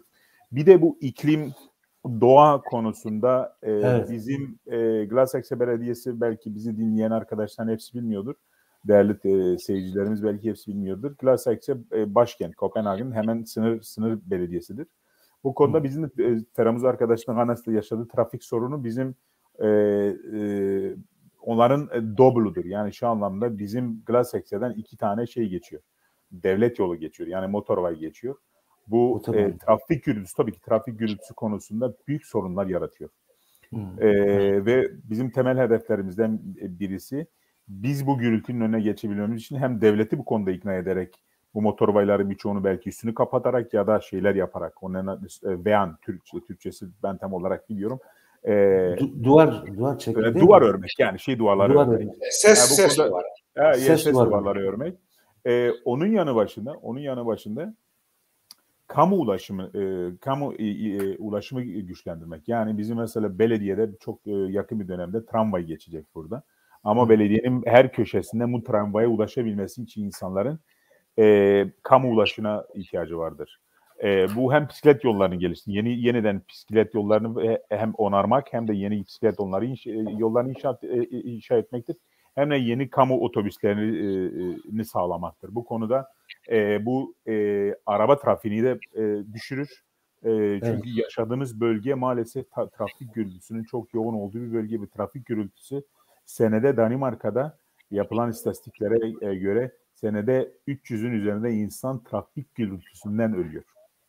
Çok ilginçtir ama bir realite. Evet. Çünkü insanlarda etki bırakabiliyor. Çünkü Dünya Sağlık Örgütü'nün önerdiği desibel, yanlış hatırlamıyorsam 56 desibelin üzerine çıktığı zaman sağlığa zararlıdır. Ki bizim yaşadığımız bölgede Glassex'in trafik gürültüsü portresini çıkardığı zaman Glassex'in belki birkaç küçük noktasında trafik gürültüsü Dünya Sağlık Örgütü'nün önerdiği seviye altındadır. Ama birçok yerinde çok üstündedir. Ve bu konuda da önlemler almamızı düşünüyoruz ve bu konuda da bizim kendi somut önerilerimiz, projelerimiz var. Bu konuda da mücadelemizi vereceğiz. Ama her şeyden önce eşitlikçi, çevreci, ortak bir geleceğe dayalı bir çıkış noktasıyla, bir iradeyle bir yola çıkıyoruz ve yolumuza devam edeceğiz. Bizim şunu da belirteyim çünkü sonuç itibariyle çok bizde değil ama bizim hedefimiz ESEF'in veya sol ne kadar güçlenirse, Danimarka Glassex'te şu an belediye başkanlığı sosyal demokratların elinde ama biz koalisyonuz. Biz koalisyonda ne kadar güçlü bir koalisyon ortağı olursak bu çözümlerimizi, eşitlikçi, çevreci çözümlerimizi daha hızlı bir şekilde hayata geçirebilme imkanımız ve şansımız olacaktır. Evet. Umarım vatandaşlarımız bunu da göz önünde bulundurur. Çok teşekkürler sevgili Serdar. Şimdi sanıyorum bir adayımız daha gelmiş ve diğer adayları da doğrusu bekliyoruz. Sami Deniz herhalde hazırsa Sami Deniz'i alalım. Rejideki arkadaşlar ne diyorlar? Umarım Osman abinin sorduğu soruları cevaplamışımdır. Yoksa özelden de bana yazabilir Facebook'tan. Geldi. Sami geldi. Selamlar Osman Nevala. Selamlar bizim. Merhabalar Sami, hoş geldin. Sami Deniz. Merhaba, hoş bulduk. Biraz geç kalktım çünkü başka bir toplantıdan geliyorum biraz. Önce eve geldim. Evet, İyi akşamlar öyle hepinize. Sağ ol. Yoldaş merhaba. Sağ ol, sana da. Sami Deniz, İSOY bölgesinden daha önce de İSOY'da mecliste görev aldı. Görev alıyor halen. Evet. SF Sosyalist Halk Partisi'nden halen meclis üyesi. Sami, şimdi biz diğer adaylarımızı tanıdık. Seni de bir Pekan TV izleyicilerine tanıtalım. Yani sen kimsin, nerelisin, ne zamandan beri Danimarka'dasın, şu an yaptığın iş, ne tür bir iş? Bu konuda bizi bilgilendirirsen iyi olur. Buyurun. Tabii. Benim ismim Sami Deniz. Ben aslen Kuşçalıyım. Konya'dan geliyorum. Kuşça'da doğdum. Evet. 1980'den beri Danimarka'dayım. Genelde yani İSO'da kalıyorum. İSO'da büyüdüm. Evet. İSO'da okula gittim. Lise tahsilimi İSO'da yaptım. Ondan sonra Siyasal Bilimler Üniversitesi'ne gittim. Roskilde Üniversitesi'nde onu bitirdim. Evet. Şimdiki işim bir sendikada. Ben orada danışmanlık yapıyorum. Bizim sendikadaki üyelerimiz şeye bağlı, pedagoglar, pedagogi yaparlar. Bunlar hepsi Kubanak Belediyesi'nde çalışıyorlar. Benim görevim onların mesela iş kazaları olduğu zaman onların tazminat davalarına bakıyorum. Onlara yardımcı oluyorum. Bir de eğer iş yerlerinde sorunlar varsa, iş sorunu varsa ya liderlerle ya da iş arkadaşlarıyla sorunlar varsa onları çözmeye çalışıyorum. Yani iyi bir işbirliği yani yaratmak istiyorum iş yerlerinde. Onlara yardımcı oluyorum. Bu konularda çalışıyorum. Yani Arbeitsmillieu diyorlar. Eski fabrikada Arbeitsmillieu, Arbeitsplätze. Yeah. Onu yapıyorum yani. Tamam. Bir de 1980'den beri Danimarka'da yaşıyorsun dedin. Uzun yıllardır, 41 senedir Danimarka'dasın. Evet. Bu son 4 yılda belediye meclisinde yer alıyorsun SF adına. Şimdi şöyle bir soru sormak isterim. Neden SF? Neden SF'de yer alıyorsun? Bir de tekrar adaylığını koydun. Şu andaki İSOY'daki durum nasıl? İSOY biliyorsun çok kalabalık bir bölge. Hatta küçük İstanbul diyorlar. Küçük Konya deseler bence daha doğru olurdu. Evet. Evet. Durumu nasıl görüyorsun? Neden SF'de giriyorsun? Şimdi SF'e katmamın nedeni sosyalist bir parti olduğu için katılıyorum. Yani ben kendi yani insan hakları için bütün herkesin böyle beraber birlik içinde olmaları için çalışmaları için SF'e katıldım. Bir de ekonomik durumu olan kötü vatandaşlarımıza onlara yardımcı olmak istiyorum. Ve yani genelde yani sosyalist bir halk partisi olduğu için yani katılıyorum SF'e. Evet. Şimdi eğer iyi söyle. Evet. Aslında sizin partinizin genel başkan yardımcısı SF'in durumunu bize anlattı. Yani SF'in dünya görüşünü nasıl bir parti olduğunu. Evet. Çevreci, Aynı eşitlikçi internasyonel bir parti olduğu için de tabii o da var. Yani onun da ben yani o düşüncelere de ben katılıyorum. Bütün insanların bütün eş şekilde hakların olmasını destekliyorum tabii ki. Evet. İSO'ya bak. Evet söyle. Evet. İSO'daki durumu anlat bize. Şimdi İSO'daki durum biraz bu yıl çok karışık. Yani bildiğiniz gibi Sosyal Demokratlar 3'e bölündü. Şimdiki belediye başkanı partiden ayrıldı ve kendisiyle beraber 2 başka adayı götürdü. Sosyal Demokratlardan. Ondan sonra bir SF'den bir aday daha partiden çıktı. Eski belediye başkanının kızı Enelise Mersin, o da partiden ayrıldı. Kendisi yine tekrar bir liste kurdu. Şimdi Sosyal Demokratların durumu biraz bu yıl biraz karışık ve düşündürücü yani herkes için. Tabii ki şöyle bakabiliriz. Yani belki bizim gibi küçük partiler için bir avantaj olabilir. Çünkü Sosyal Demokratlar 40 yıldır İSO'da güçlerini hep koruyorlar yani.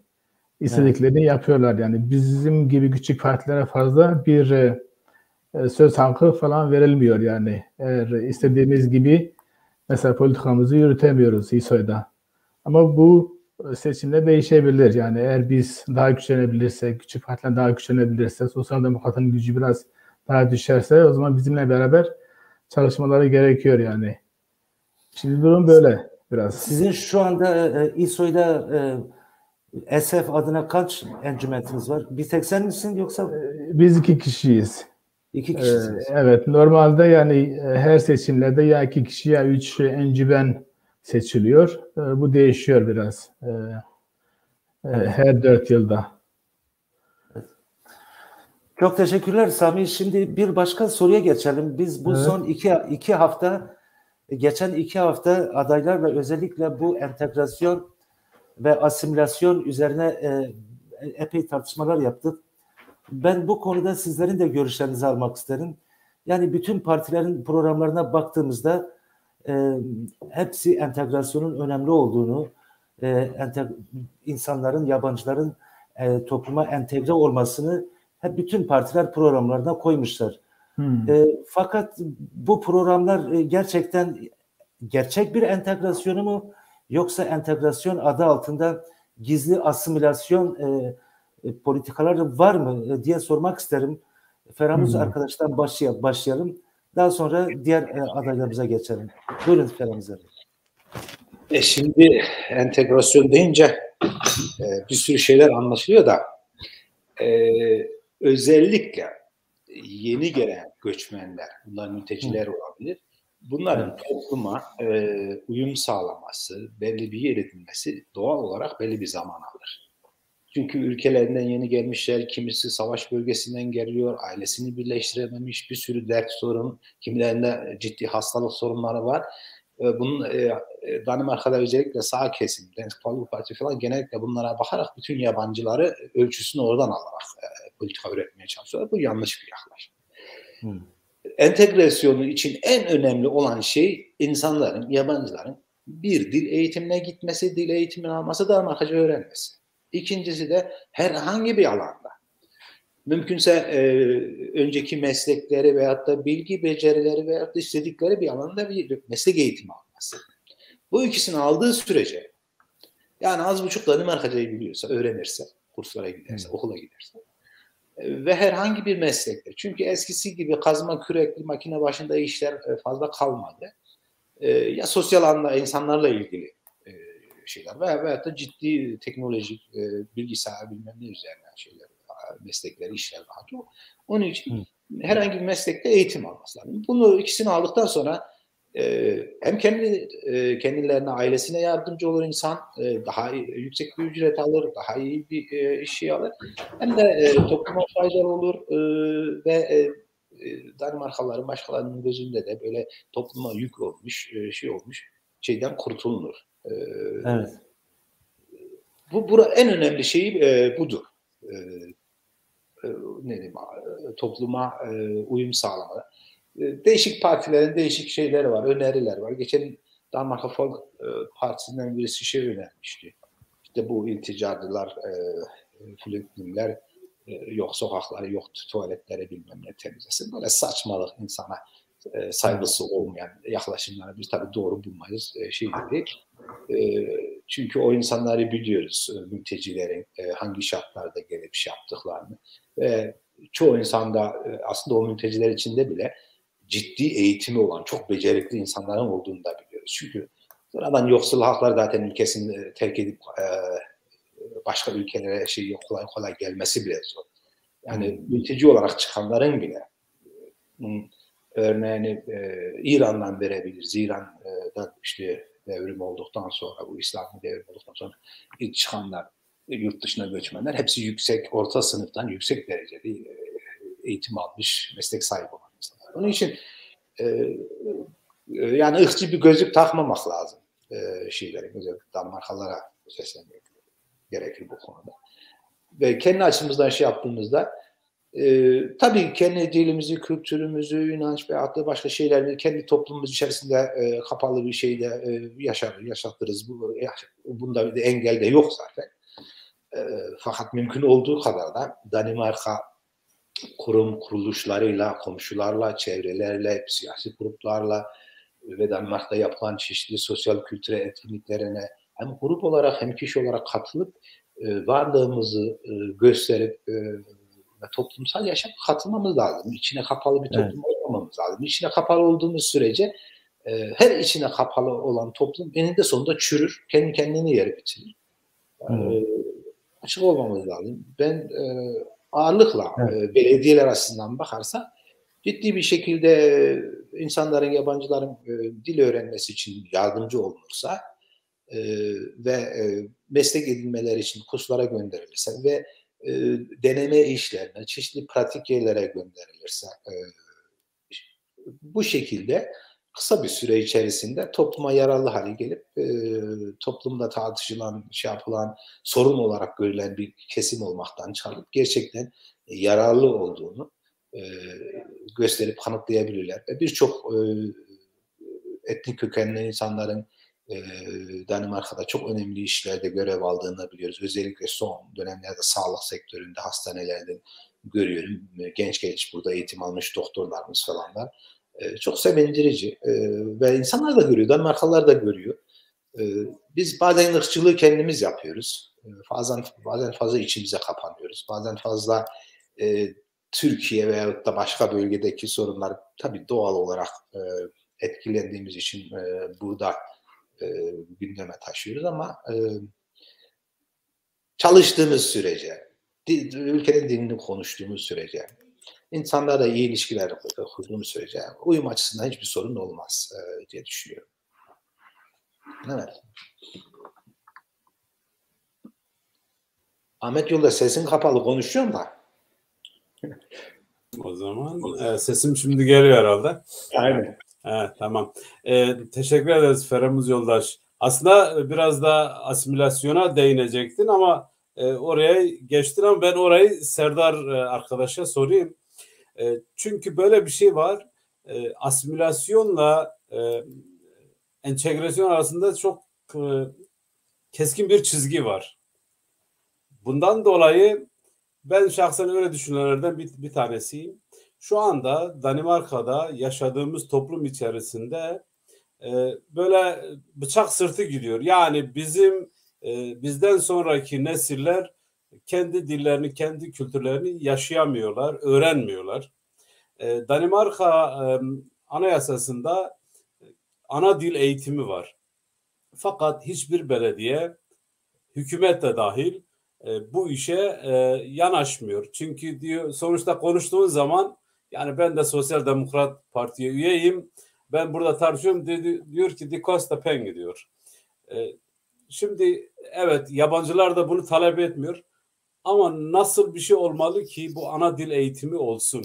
Bununla ilgili sizin düşüncenizi de öğrenmek isteriz. Buyurun Serkan. Evet, şimdi değerli arkadaşlar, şimdi şöyle bir durum söz konusu. Tabii ki Danimarka'da sağcı partiler var, sağın sağı var, bir de merkez partiler var, bir de sol partiler var. Bu partilerin hepsinin tabii ki ideolojik bakışları farklıdır. Gerek entegrasyona gerek asimilasyona bakışları farklıdır. Yani Danimarka'da son 30 yıla baktığınızda bir kayma var. Yani Danimarka merkezden sağa bir kayma var. Yani daha ırkçı söylemlerin, daha sert söylemler yabancılara karşı daha sert söylemlerin var olduğu bir noktadayız Danimarka'da. Öyle bir realite var. Bu da şeyden kaynaklanıyor. Yani aslında bunun temelinde şu yatıyor. Tabii ki büyük temellerden ya daha doğrusu büyük sorunlardan birisi buraya gelen, hele Orta Doğu'dan gelen insanlarımızın uyum sağlanması konusunda yetersiz kaldığını düşünüyorum. Yani sen işte örneğin ana dil eğitimi konusunu söylüyorsunuz. Ana dil eğitimi konusunda aslında demin sabahtan beri bunu konuşuyoruz. İşte entegrasyon, işte seçimlere katılmama oranının bu aslında dezentegrasyonun aslında çok somut bir örneğidir. Yani şu anlamda zaten yabancılar güçlü bir şekilde örgütlü olsa 1980'lerde Feramuz arkadaş demin bahsetti. İşçi dernekleri vardı. Çok örgütlülerdi. O insanlar o dönem benim hatırladığım, okuduklarım, çünkü o zaman da küçüktüm, daha yeni gelmiştim. Yani bakan seviyesine randevu alarak bir şekilde bir şeyler yönlendirebiliyorlardı. Örgütlüydüler. Ama şu an Danimarka'da öyle güçlü bir örgütlük yok. Yani Kürt toplumu açısından bakarsak Danimarka endeksli hiçbir Kürt derneği yok. Yani buradaki vatandaşımıza hizmet edecek ya da buradaki vatandaşımızın sorunlarını dile getirebilecek hiçbir örgütümüz yok. Bu diğer gruplar için de aynısıdır. Yani geldikleri ülkeye endeksli bir siyaset, bir mantıkla hareket ediyor. Ki o da olmalı, o olmamalı demiyorum. O da olmalı. Ama eğer senin dediğin gibi yarınki aşamalarda bizim çocuklarımız dilini unutmayacaksa biz bu zeminin altını tutabilecek kurumlar kurmamız gerekir. Bizim böyle bir kurumumuz yok. Havalayacağım. Yani bu olmadığı zaman zaten o zaman bu sağcı partilere biz bu şeyleri, bu gerekçeleri kendi elimizde tepside sunuyoruz. Biz gidip oyumuzu kullanmadığımız zaman, demokratik siyaset içinde yer almadığımız zaman ve toplum olarak eğer kendi aramızda aşırı dinci, fanatik gruplar ya da oluşumlar olduğu zaman bunların karşısında toplum olarak dikilmesek zaten o zaman sağcı söylemler güçlenecek ve Danimarka siyasetten de böyle bir kayma durumu söz konusu olacak. Yani gerçekten örneğin diyelim burada Türkiye'lilerin o ya da işte Kürtlerden yola çıkalım. Böyle sağlam Danimarka'yı temsil eden, Danimarka Kürtlerini temsil eden sağlam bir kurumu olsa, yarın diyelim işte Hizb-ut Tahrir çıktığı zaman dediği zaman oylarınızı kullanmayın ama Kürt kurumunda çıkıp biz gidip oylarımızı da kullanacağız. Size en büyük cevabımız bu olacak. O zaman Der Volk Parti kalkıp da seçim arifesinde biz burada 400 bin yabancı uyruklu insanın yerel seçimlerde oy kullanma hakkını alma gibi bir gücü de olmayacak, sesi de çıkmayacak. Biz önceki içe doğru bir bakmamız gerekir. Havalayacağım.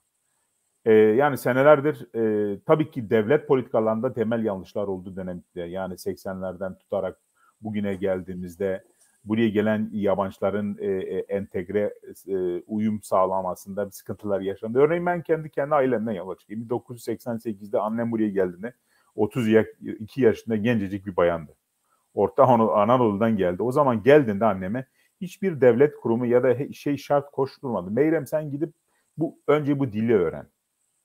Böyle bir durum o zaman yoktu. Bunun sonucu ne oldu? Annem dili öğrenmedi. İş piyasasına çıktı. Hangi işlerde çalıştı? Temizlik işinde. Danimarkalı ile kontağı olmayan işlerde çalıştı. Ne oldu? Dili öğrenemedi ve bugüne kadar sürekli tercüman olarak bize muhtaçtır ya da bir tercümana muhtaç oldu. Devletin de bu konuda yanlışları var dönem içinde.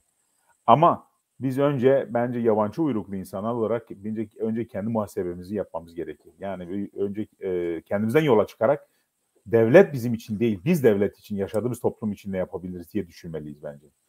Bu büyük bir sorun. Yani bugün sağdaki o ırkçı söylemlerin güçlenmesini, çünkü biz bu argümanları kendimiz tepside bunlara sunduk. Biz parti olarak kendi partiden yola çıkarsak bu söylemlerin karşısında her zaman duracağız. Ama realist olmamız gerekir. Var olan sorunları da tartışmamız gerekir. Tartışarak çözüm üretiriz. Tartışarak ortak yol buluruz. Tartışarak hem uyumu sağlayabiliriz, uyumu güçlendirebiliriz, hem de ortak değerler yakalayabiliriz. O yüzden bize büyük görevler düşüyor. Yani 16 aslında bizim 16 ne oluyor? 16 Kasım oluyor değil mi? 16 evet. Kasım bizim için bir genel bir testtir. Yani burada yaşayan Türkiye'liler açısından, yabancılar arasında genel büyük bir testtir. Yani 59 adayımız var Kürtler olarak, Orta Anadolu Kürtler. Bu gurur verici bir olay. Ama bunun kurumsal altyapısı boş. Kurumsal altyapısı boş olduğu için uzun vadeli olmayacaktır. Bunu sağlamamız gerekir her şeyden önce. Şu an bu eksiğimiz maalesef var. Bu da bizim için büyük bir sorun diye düşünüyorum. Bu sadece evet. Kürtler arasında değil, yani diğer Danimarka'da yaşayan diğer etnik gruplar arasında da var olan bir durum. Yani onlarda da var olan bir eksik. Benim perspektifim, bakış açım şöyle oluyor. Çok kısa bir örnek vereyim. Mesela Yahudi topluluğu Danimarka'daki tarihleri, ilk gelen Yahudilerden yola çıkarsak, bunu yine bakarsak 304 senelik tarihleri var. En sonları 1920'lerde geldiler. Yahudilerin burada sağlam ve güçlü bir örgütlüğü var. Halen Yahudiliğini inkar etmiyor. Çoğu dilini de biliyor. Ama Danimarka içinde uyum sağlamış bir şekilde ve Danimarka'nın en güçlü noktalarında olan insanlar. Örneğin her sene Yahudilerin kendi yeni yıllarını kutlardan Aralık, onlar da Kasım'da, 11 Kasım yanlış hatırlamıyorsun, kullanırlar. Bir resepsiyon yaparlar. O resepsiyona Danimarka'nın önde gelen elit tabakasını, siyasetçisinden, gazetecisine, yazarına, araştırmacısına, sinemacısına çağırırlar. Kendilerine öylece bir lobi oluştururlar. Bizim böyle bir lobimiz maalesef yok. Böyle bir ortak kurumumuz da yok.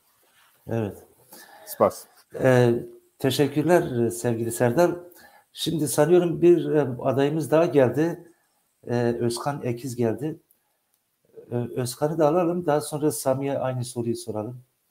Özkan merhabalar. Hoş geldin. Hoş bulduk Necati abi. Davetiniz için teşekkür ederim. Biz teşekkür ederiz. Özkan biliyorum sen bir toplantıdaydın. Şimdi yeni geldin. Biz Evet. diğer 4 adayımızla konuştuk. Seni de biraz tanıyalım. Sen kimsin? Neredesin? Evet. Neredesin? Ne zamandan beri Danimarka'da yaşıyorsun?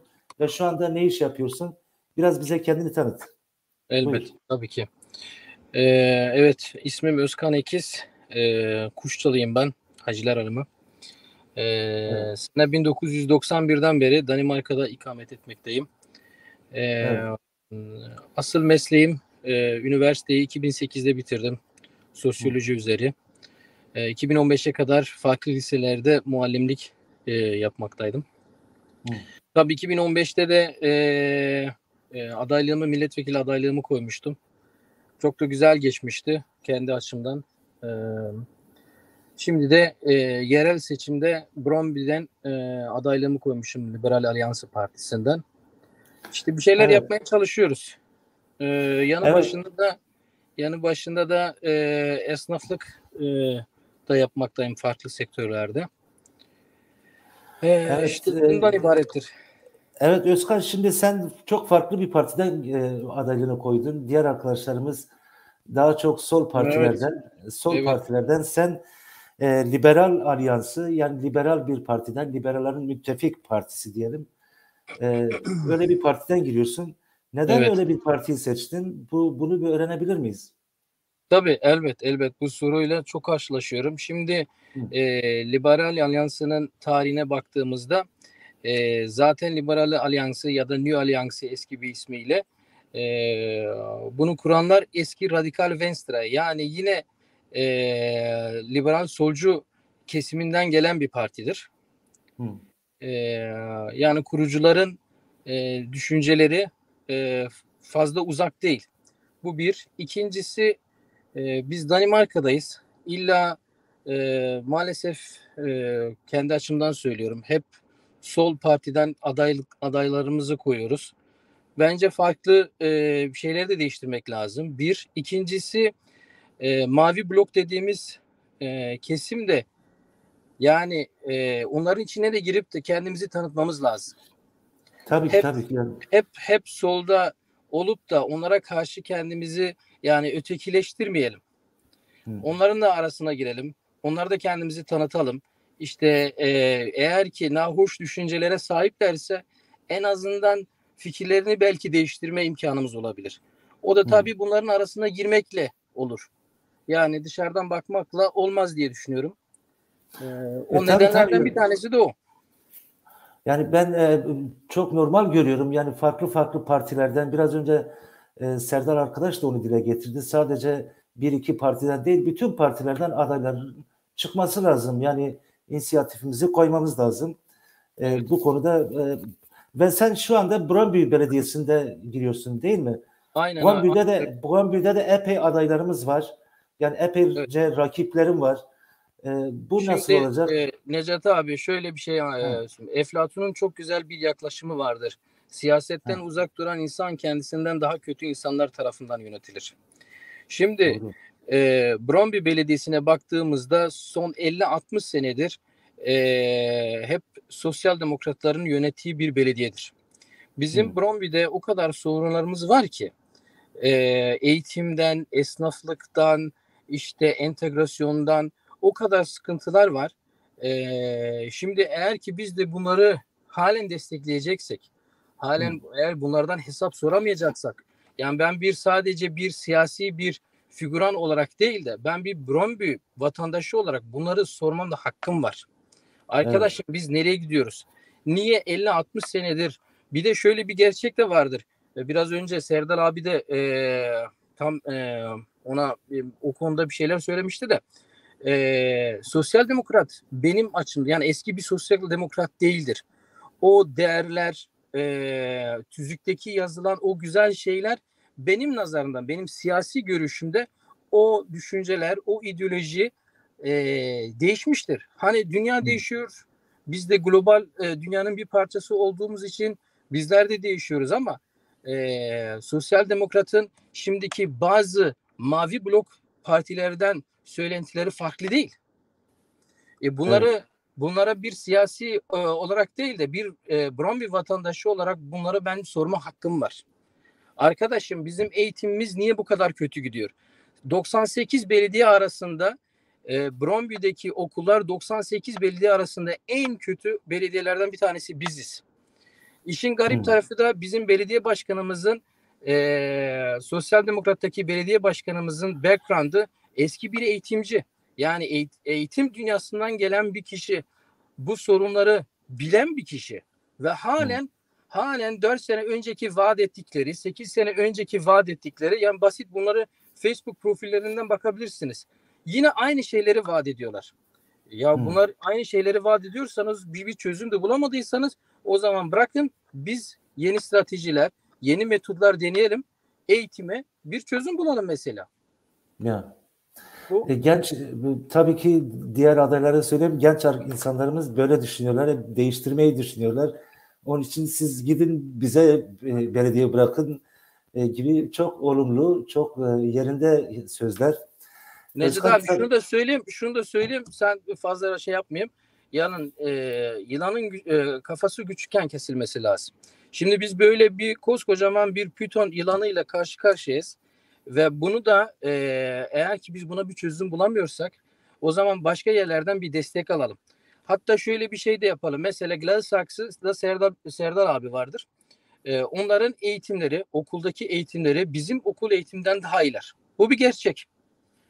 Ya bakarız o zaman onların belediyedekinden biz kopya yaparız yani.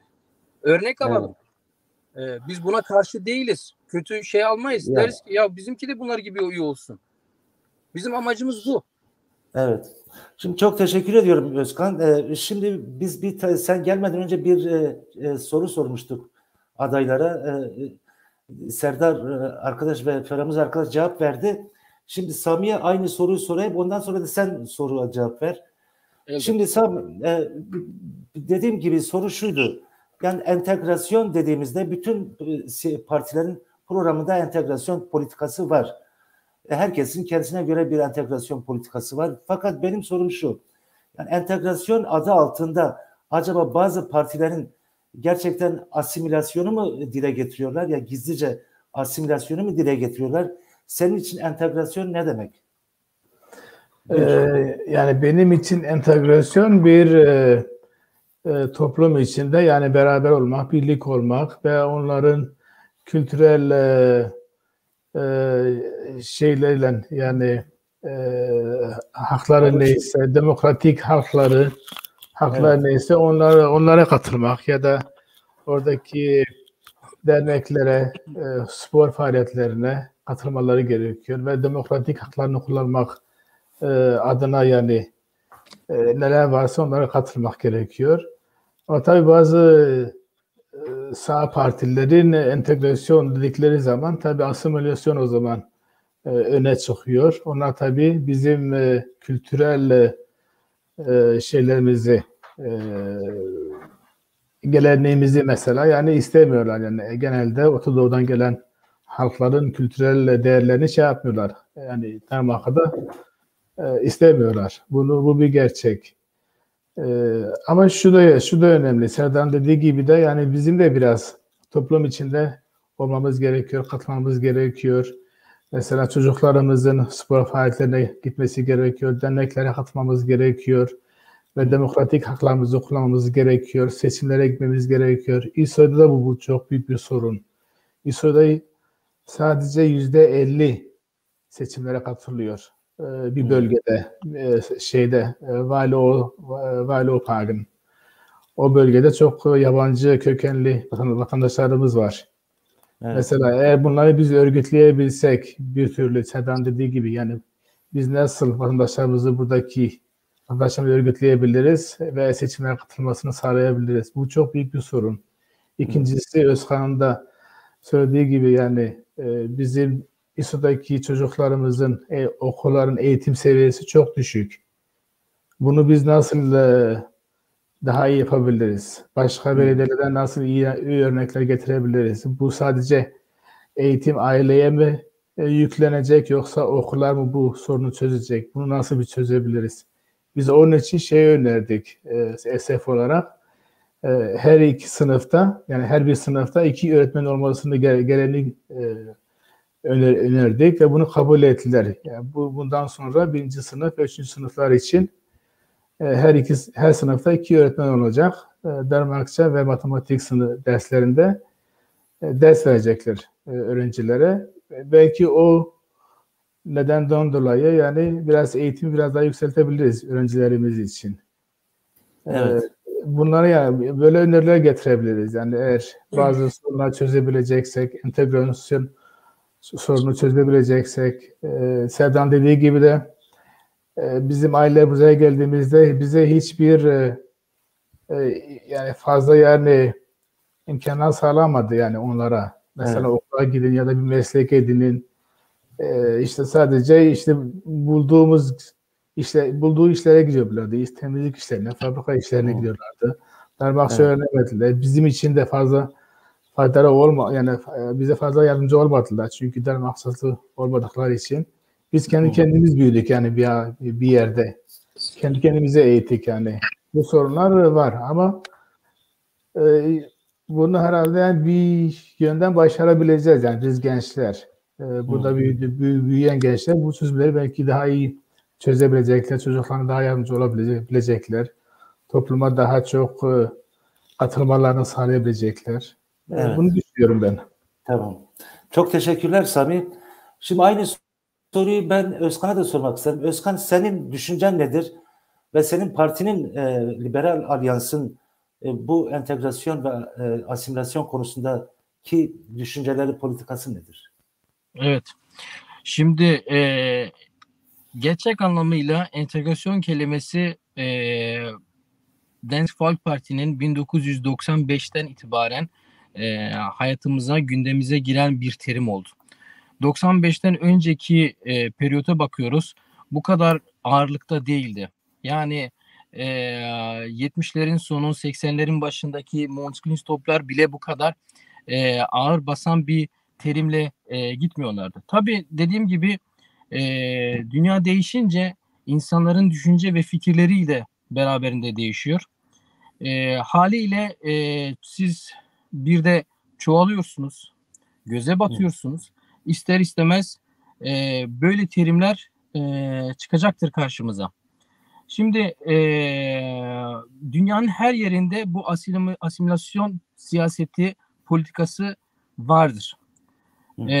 Çünkü hem sizi onlar gibi düşünmesini isteyen bir düşünceye, ideolojiye sahipler, hem de sizin tarihinizi, dilinizi, dininizi bunlara eğer ki örnek mesela kin ya da nefretleri varsa baskı halinde de olabilir.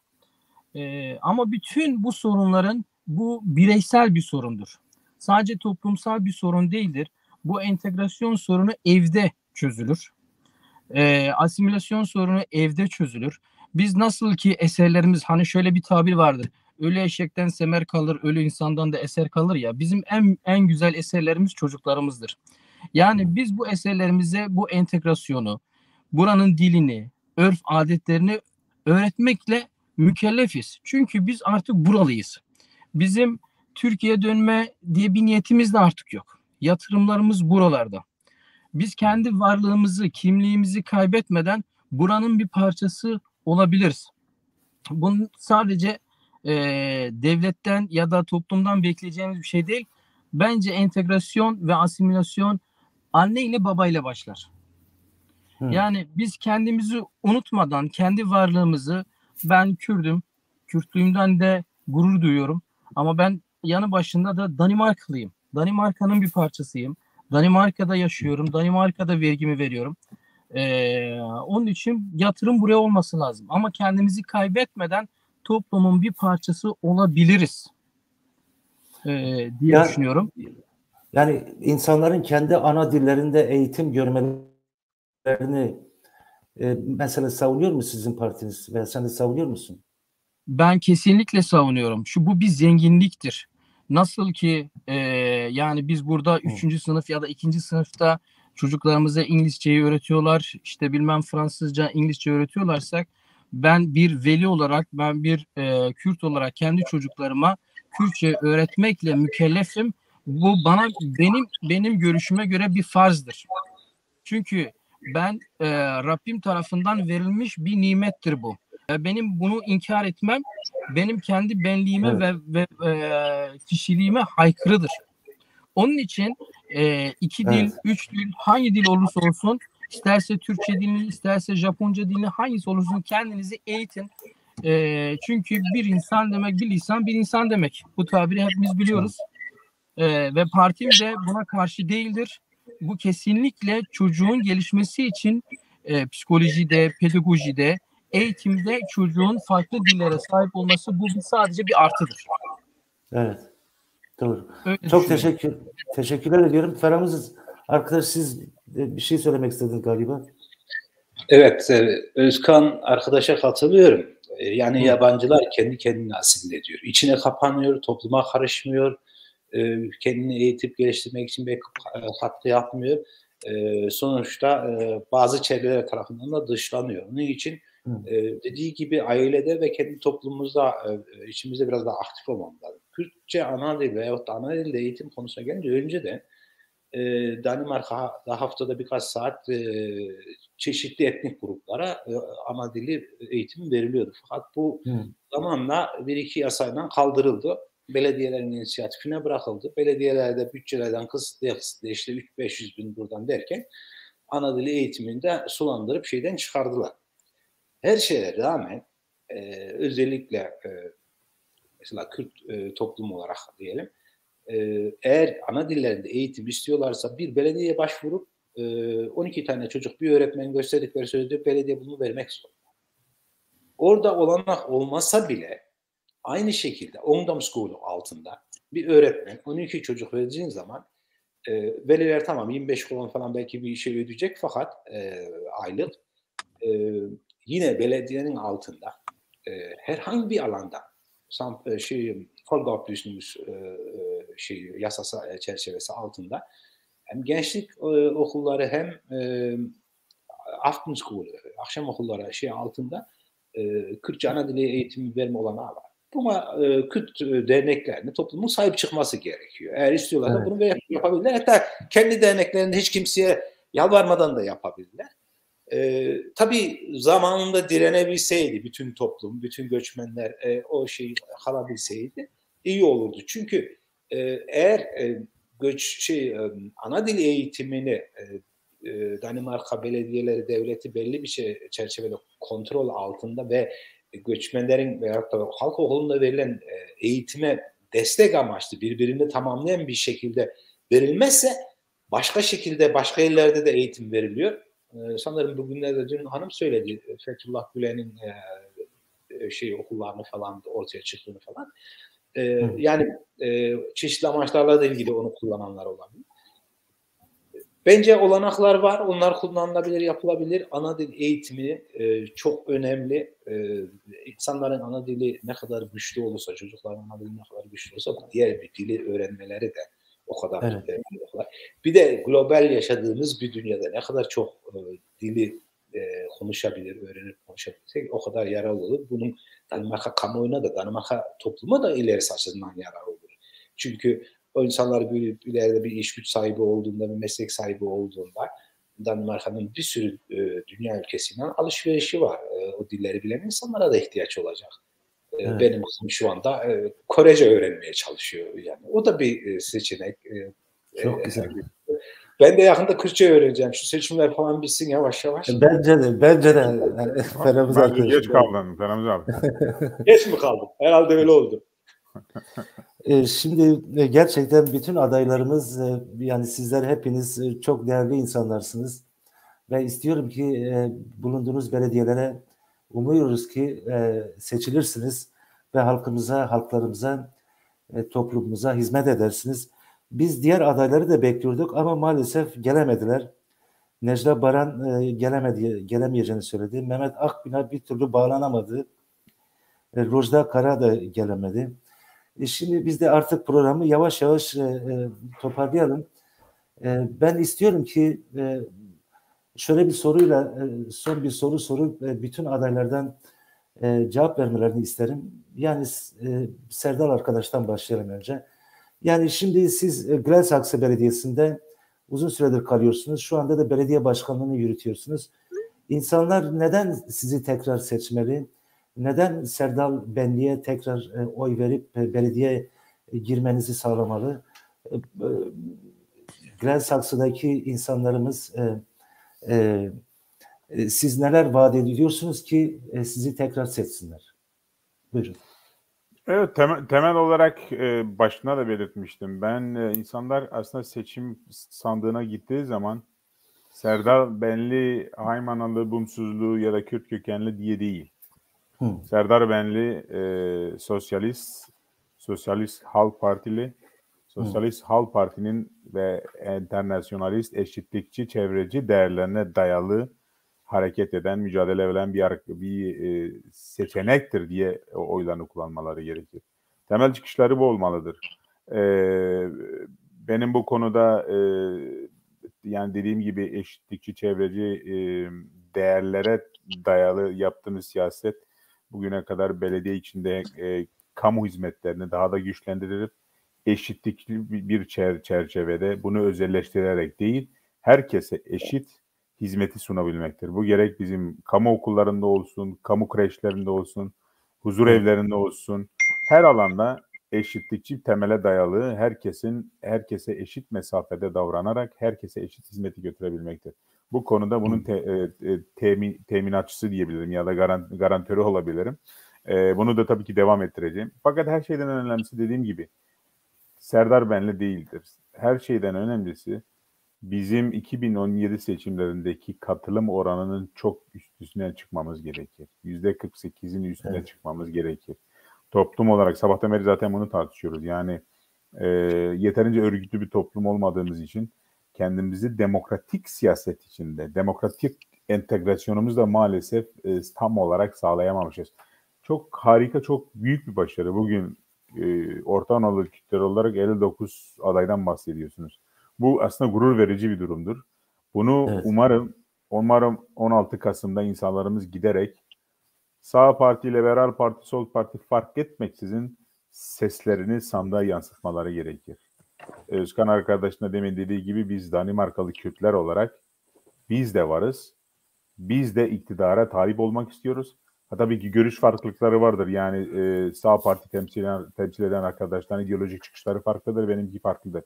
Ama biz Danimarka toplumunda Danimarkalı Kürtler olarak hem sağcısı hem liberali hem sosyalisti olarak var olmalıyız. Çünkü biz bir ulusuz. Evet. Herkese başarılar diliyorum. Burada bulunan arkadaşlar da, bizi dinleyen arkadaşlar da, bütün 59 Kürt kökenli ve Türkiye'li arkadaşlara hepsine başarılar diliyorum. Öncelikle Ferhamız abime de tabii ki Anas'ta. Eyvallah yoldaş. Size şerbaş diyorum. Teşekkür ediyorum ki böyle bir olanağı sunduğunuz çok için. Çok teşekkür ediyoruz. Ortamını yarattığınız için. Çok teşekkürler. Sağ olun. Biz 59 diyoruz ama biz Ferhamız arkadaşlar bunu 60 yapalım ya. ben belirttim ama Türkiye'li arkadaşlar dahil olarak dedim. Yani. Buyurun. Evet, Ahmet. Şimdi ben soru sormuştum. Aslında biz, Ahmet arkadaşımız da aday. Çok önemli bir şehirden, Aalborg şehrinden bugüne kadar Aalborg'da herhangi bir Kürt belediye meclisinde yer almadı. İlk defa bir Kürt adaylığını koyuyor. Biz umuyoruz ki Aalborg şehrinde Ahmet arkadaşımız seçilir Şimdi bu soruyu Sami'ye sorayım. Ondan sonra Ahmet arkadaş sen de bu soruya cevap ver.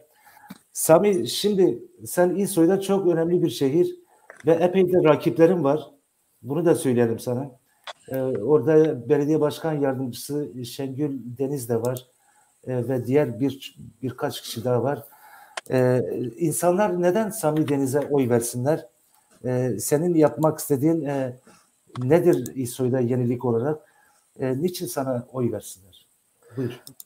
Şimdi Serdar Bey'in dediklerine ben katılıyorum. Ben de ESEF'ten katıldığım için biz de eşitçilik konusunda yani çok önem sağlayan bir partiyiz. Onun için ben ESEF'ten katılıyorum ve benim amacım bizim İSO'daki gençlerimiz ve öğrencilerimiz için daha iyi bir seviyeye gelmelerini sağlamak için katılıyorum. İşte önce dediğim gibi küçük sınıflarda 2 öğretmen sağladık biz her sınıfta.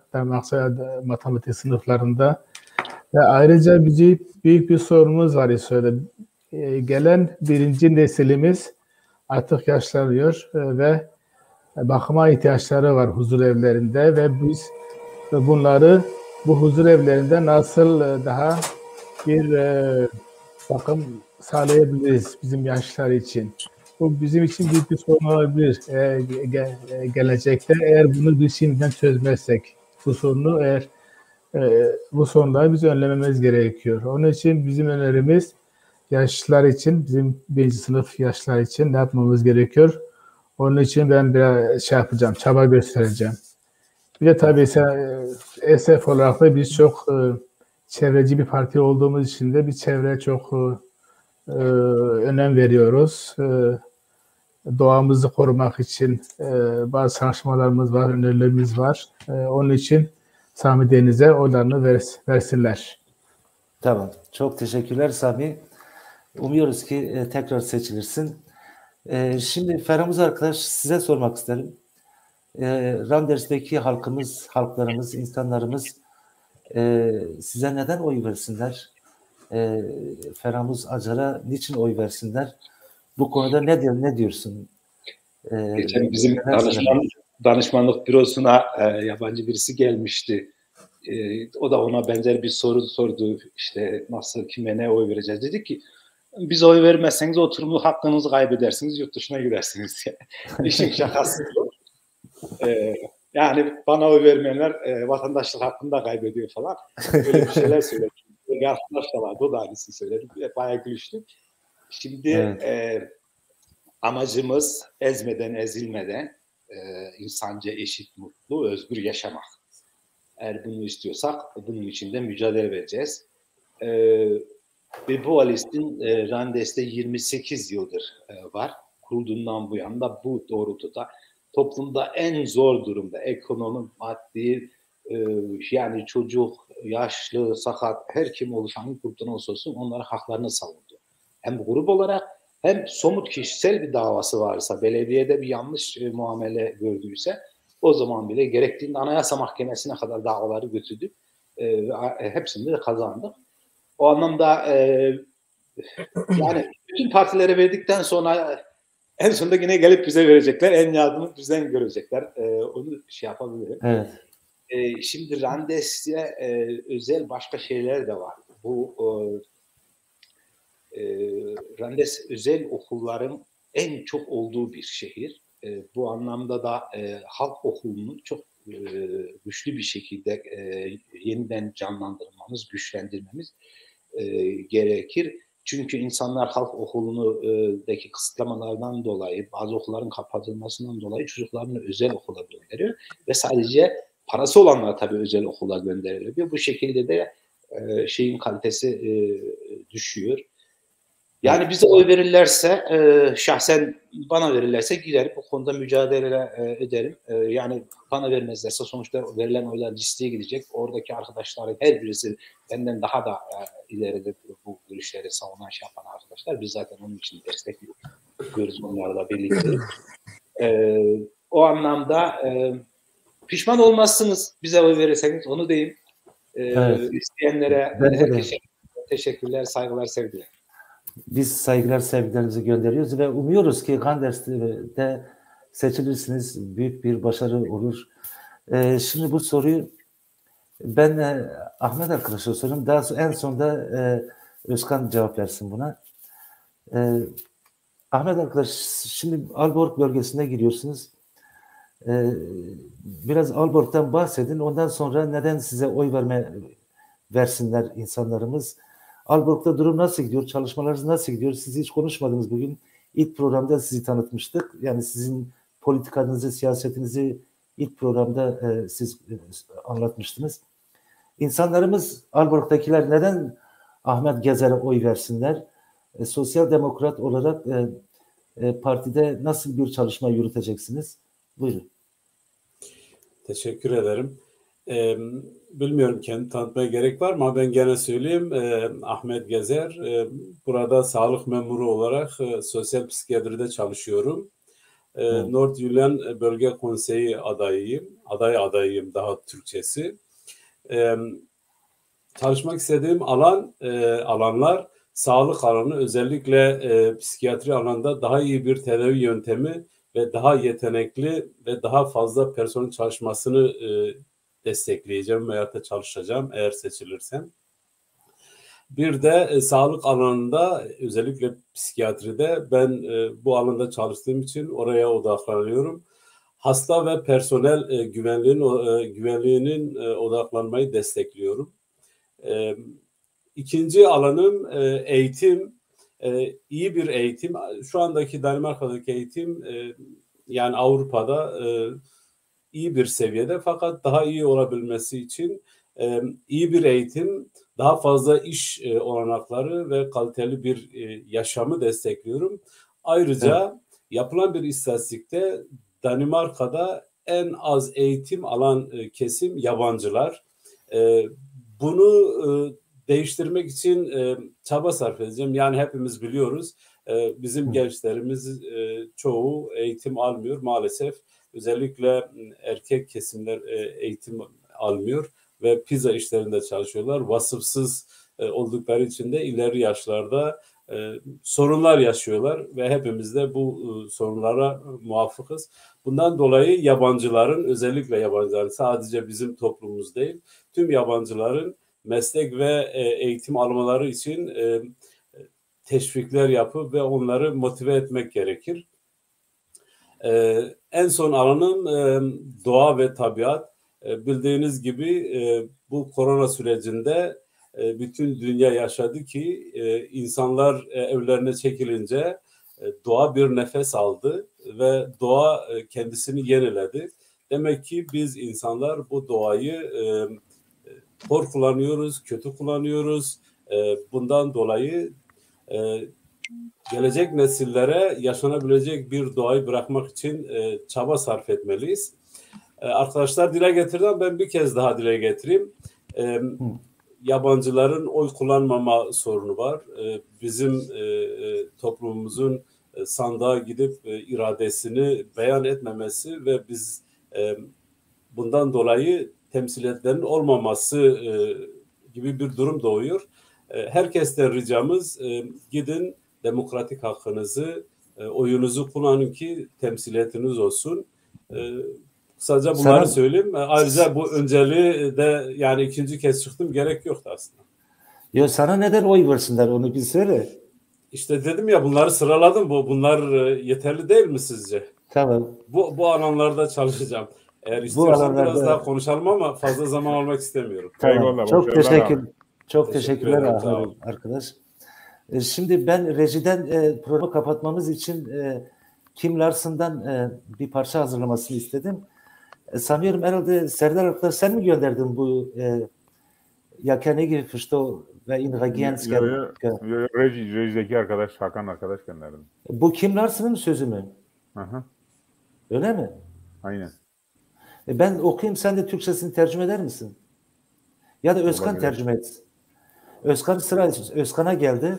Evet, Özkan şimdi aynı soruyu sana da soracağım. Sen Brøndby Belediyesi'nde bizim insanlarımızın çok yaşadığı bir şehir ve epeydir rakibin var orada. neden sana oy versinler? Neden Özkan Ekiz'e oy versinler? Bu konuda neler diyeceksin? Bir de bu Kim Larson'ın sözünü bir tercüme eder misin?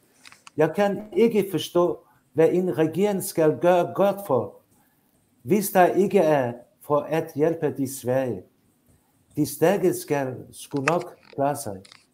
Ne diyor? Anladın mı? Özkan, sesim geldi mi sana? Özkan'a sesimiz gitmiyor mu? Özkan ses gelmiyor mu? Chat'te yaz. Ses gelmiyor mu Özkan sana? Bir hükümet ülkedeki zayıflara yardım etmeyecekse ne için iktidarda diyor. Evet. Zenginler, güçlüler zaten kendilerini korup kurtarabiliyorlar. Ya. Bir anlamda yerel belediyelerinin var olma şeyi, yerel yönetimlerin var olma şeyi toplumda bir isyanı, devrimi durdurmak için engellemek için zayıf, kendini kurtaramayan, yaşlı, sakat bu gibi insanların günlük ihtiyaçlarını, doğal yaşamlarını karşılamaya yardım etmek belediyeler onun için var. Yoksa ne belediye ihtiyaç olur ne hükümete ihtiyaç olur. Evet. İşin özü bu. Doğru. Kim Larson zaten tam bir halk ozanıydı. Bir halk sanatçısıydı. Çok önemli bir söz. Özkan bizi duyuyor musun? Yayındasın şu an. Yeniden bağlayabilir misiniz diyor. Şu an yayındasın. Sesimiz gelmiyor mu? Sami'ye sorum. O zamana kadar Sami'ye sor. Sami cevap verdi. Sami'ye. Sami'ye oy vermelerini anlattı. Ben anlattım. Söyleyeyim. Ben de yani buradan herkese başarılar diliyorum. Bütün adaylara. Evet. İnşallah herkes istediği gibi olur ve sizin de bu yayına davet ettiğiniz için çok teşekkür ederim. Biz teşekkür ediyoruz Sami. Başarılar diliyoruz. Umuyoruz ki tekrar seçilirsin. Özkan tekrar çıkıp geldi. Özkan sesimiz geliyor mu şimdi sana? Şimdi geliyor abi ya. Bir telefon çaldı birden her şey kesildi. Kusura bakmayın. Ama yayındaydın sadece bizim sesimiz gelmiyordu sana. Evet. Aynen şimdi öyle. Özkan son soruyu sana soracağız ve ondan sonra da programımızı kapatacağız. Eyvallah. Şimdi sen Brøndby'de çok önemli bir şehir. Birçok insanımızın orada kaldığı bir şehir. Ve senin de birçok rakibin var. Bu rakipler arasında insanlar neden Özkan Ekiz'e oy versinler?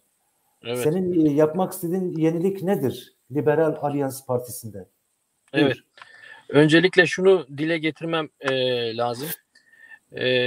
Hani biraz önce entegrasyon ve asimilasyondan bahsetmiştik ya. Ya toplumun bir parçası bu tarz seçimlerde, geleneklerde belli olur. Bizim Brøndby'de sadece %40'ı sandığa gidiyor. Yarın öbür gün bir sıkıntı olduğunda bu insanlar bize gelecekler. Bizden bilgi alacaklar. Bizler de bir şeyler yapmak isteyeceğiz ama şimdi sandığa gidilmediği için sadece sandığa gitmek sıkıntı yok. Bazı dini örgütler de camilerde, şuralarda, buralarda insanların oy kullanmasını engel çıkıyorlar.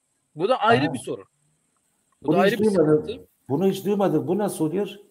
Ya şimdi siz her cuma bir caminin önüne gidin. Kaldırım taşlarının diğer tarafın caminin avlusunun dışında farklı dini cemaatlerde kendilerini orada işte tanıtıp siyasete girmeyin. İşte oy kullanmayın. Bu haramdır. İnancımıza göre şöyle böyle kendince İslamiyet'i farklı bir şekilde tercüme ettikleri için insanlara da sandığa gitmemek için teşvikte bulunuyorlar. Yani biz sadece zaten sandığa gitmiyoruz. Ondan başka bir problemle de yaşıyoruz. Bu da bir sorun. Çok. Ama hiç doğru değil yani. Hiç doğru bir kesinlikle doğru değil. Devletin başka imkanlarından faydalanıyorlar. Ama böyle bir şeye de karşı çıkıyorlar. Yani benim mantığıma ters. Ondan neden oy versinler? Efendim? Sana neden oy versinler? Bu bir halkı Şimdi Özkan Ekiz'e neden oy versinler? 2 gün önce ya da 3-4 gün önce Dansk Folkeparti bir önergede bulundu. Yerel seçimde Danimarka vatandaşı olmayanlar oy kullanmasınlar diye bir önergede bulundular. Şimdi siz de biliyorsunuz ki milletvekili seçimlerinde zaten yabancı uyruklular oylarını, reylerini kullanamıyorlar. Bu başlı başına benim görüşüme göre bir ırkçı bir davranıştır. Şimdi eğer ki bu genelgede geçerse meclisten ne olacak? Biz yerel seçimde de kendimizi gösteremeyeceğiz. Eğer ki biz bu tarz şeylerden uzak durursak, bu toplumun bir parçası olmazsak, yarın öbür gün bu hak da bizim elimizden alınacak. Eğer ki %40'ı sadece seçime gideceksek, o zaman demek ki biz bunları hak ediyoruz Necati abi. Yani. Tamam mı? Bu ayrı bir sorun. Şimdi ben eski bir lise öğretmeni olduğum için öğrencilerimden hep böyle sonuç beklerim. Ben bir siyasetçiye ben oyumu vereceksem, sen de bana bir şeyler vaat ediyorsan, sandıkla gelen sandıkla gider mentalitesine sahibim ben. Eğer ki bir icraat göremiyorsam ben oy vermem. Bu benim görüşüm. Çünkü benim beklentilerim var bir vatandaş olarak. Ben de kendimi şimdi aday olarak gösterdiysem benden de beklentiler olanlar vardır. Ve ben de bu beklentileri yerine getirmek için bir mücadele edeceğim. Bir şeyler yapmaya çalışacağım. Bu 4 sene zarfından seçilirsek, nasipse seçilirsek, bu 4 sene içinde vaat ettiklerimiz eğer ki gerçekleşmeyecekse bizi cezalandırın. Bu benim görüşüm. Ama neler yapabilirim? Ben en azından kendim bildiğim için en azından elimi masaya vuracak kabiliyetteyim. Yani bu kesin. Bundan dolayı insanlar sana versinler diyorsun. Ondan dolayı geleceksiniz, diyeceksiniz ki biz 4 senedir, 8 senedir, işte bilmem kaç senedir biz bu sorunla yaşıyoruz. Mesela basit bir örnek.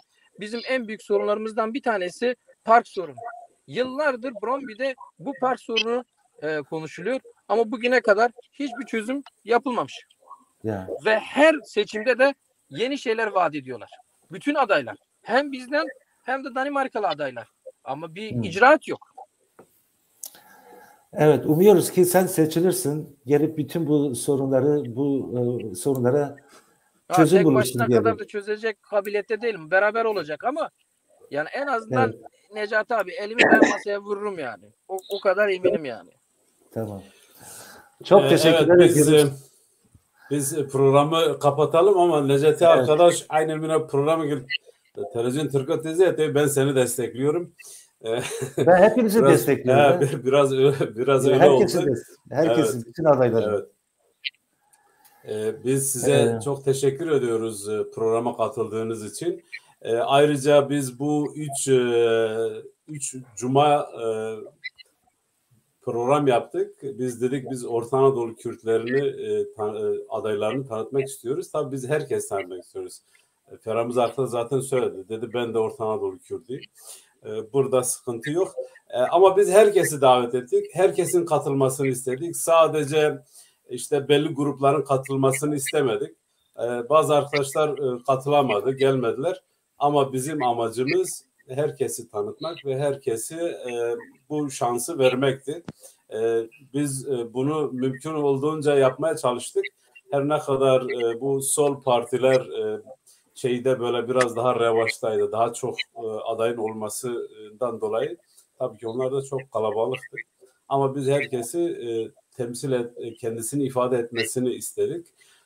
Biz size tekrar teşekkür ediyoruz bu programa katıldığınız için. Tekrarlıyoruz. Ayın 20'sinde 20 Kasım'da PKAN 4. Kongresini gerçekleştiriyor. Kongre Danimarka'nın İsoy şehri adres şu Necati Müdirkir. Vejle 45 numara. Vejle 45 numara. Herkesi buradan kongreye davet ediyoruz. Kongreye katılmalarını diliyoruz, istiyoruz. Evet. Evet. Ben de kendi adıma ve PKAN TV adına, PKAN adına hepinize çok çok teşekkür ediyoruz. Her 5 adayımıza. Umuyoruz ki seçilirsiniz. Ve seçildikten sonra tekrar sizlerle birlikte bir program da yaparız. Son olarak da önümüzdeki cumartesi 20 Kasım'da kongremiz olacak. PKK'nın genel kongresi olacak. Adaylarımızı da kongreye bekliyoruz. Hepinizi kongreye bekliyoruz. Ve güzel bir kongre olmasını umut ediyoruz. Ve hepinize tekrar kendi belediyelerinizde başarılar diliyoruz. Sanıyorum şarkı hazır değil mi?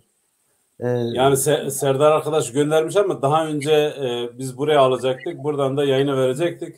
Yani böyle Necati bazen böyle çıkışlar yapıyor ama Yardava Kavka ben istiyorum da gider ki. Maalesef öyle değil yani. Evet.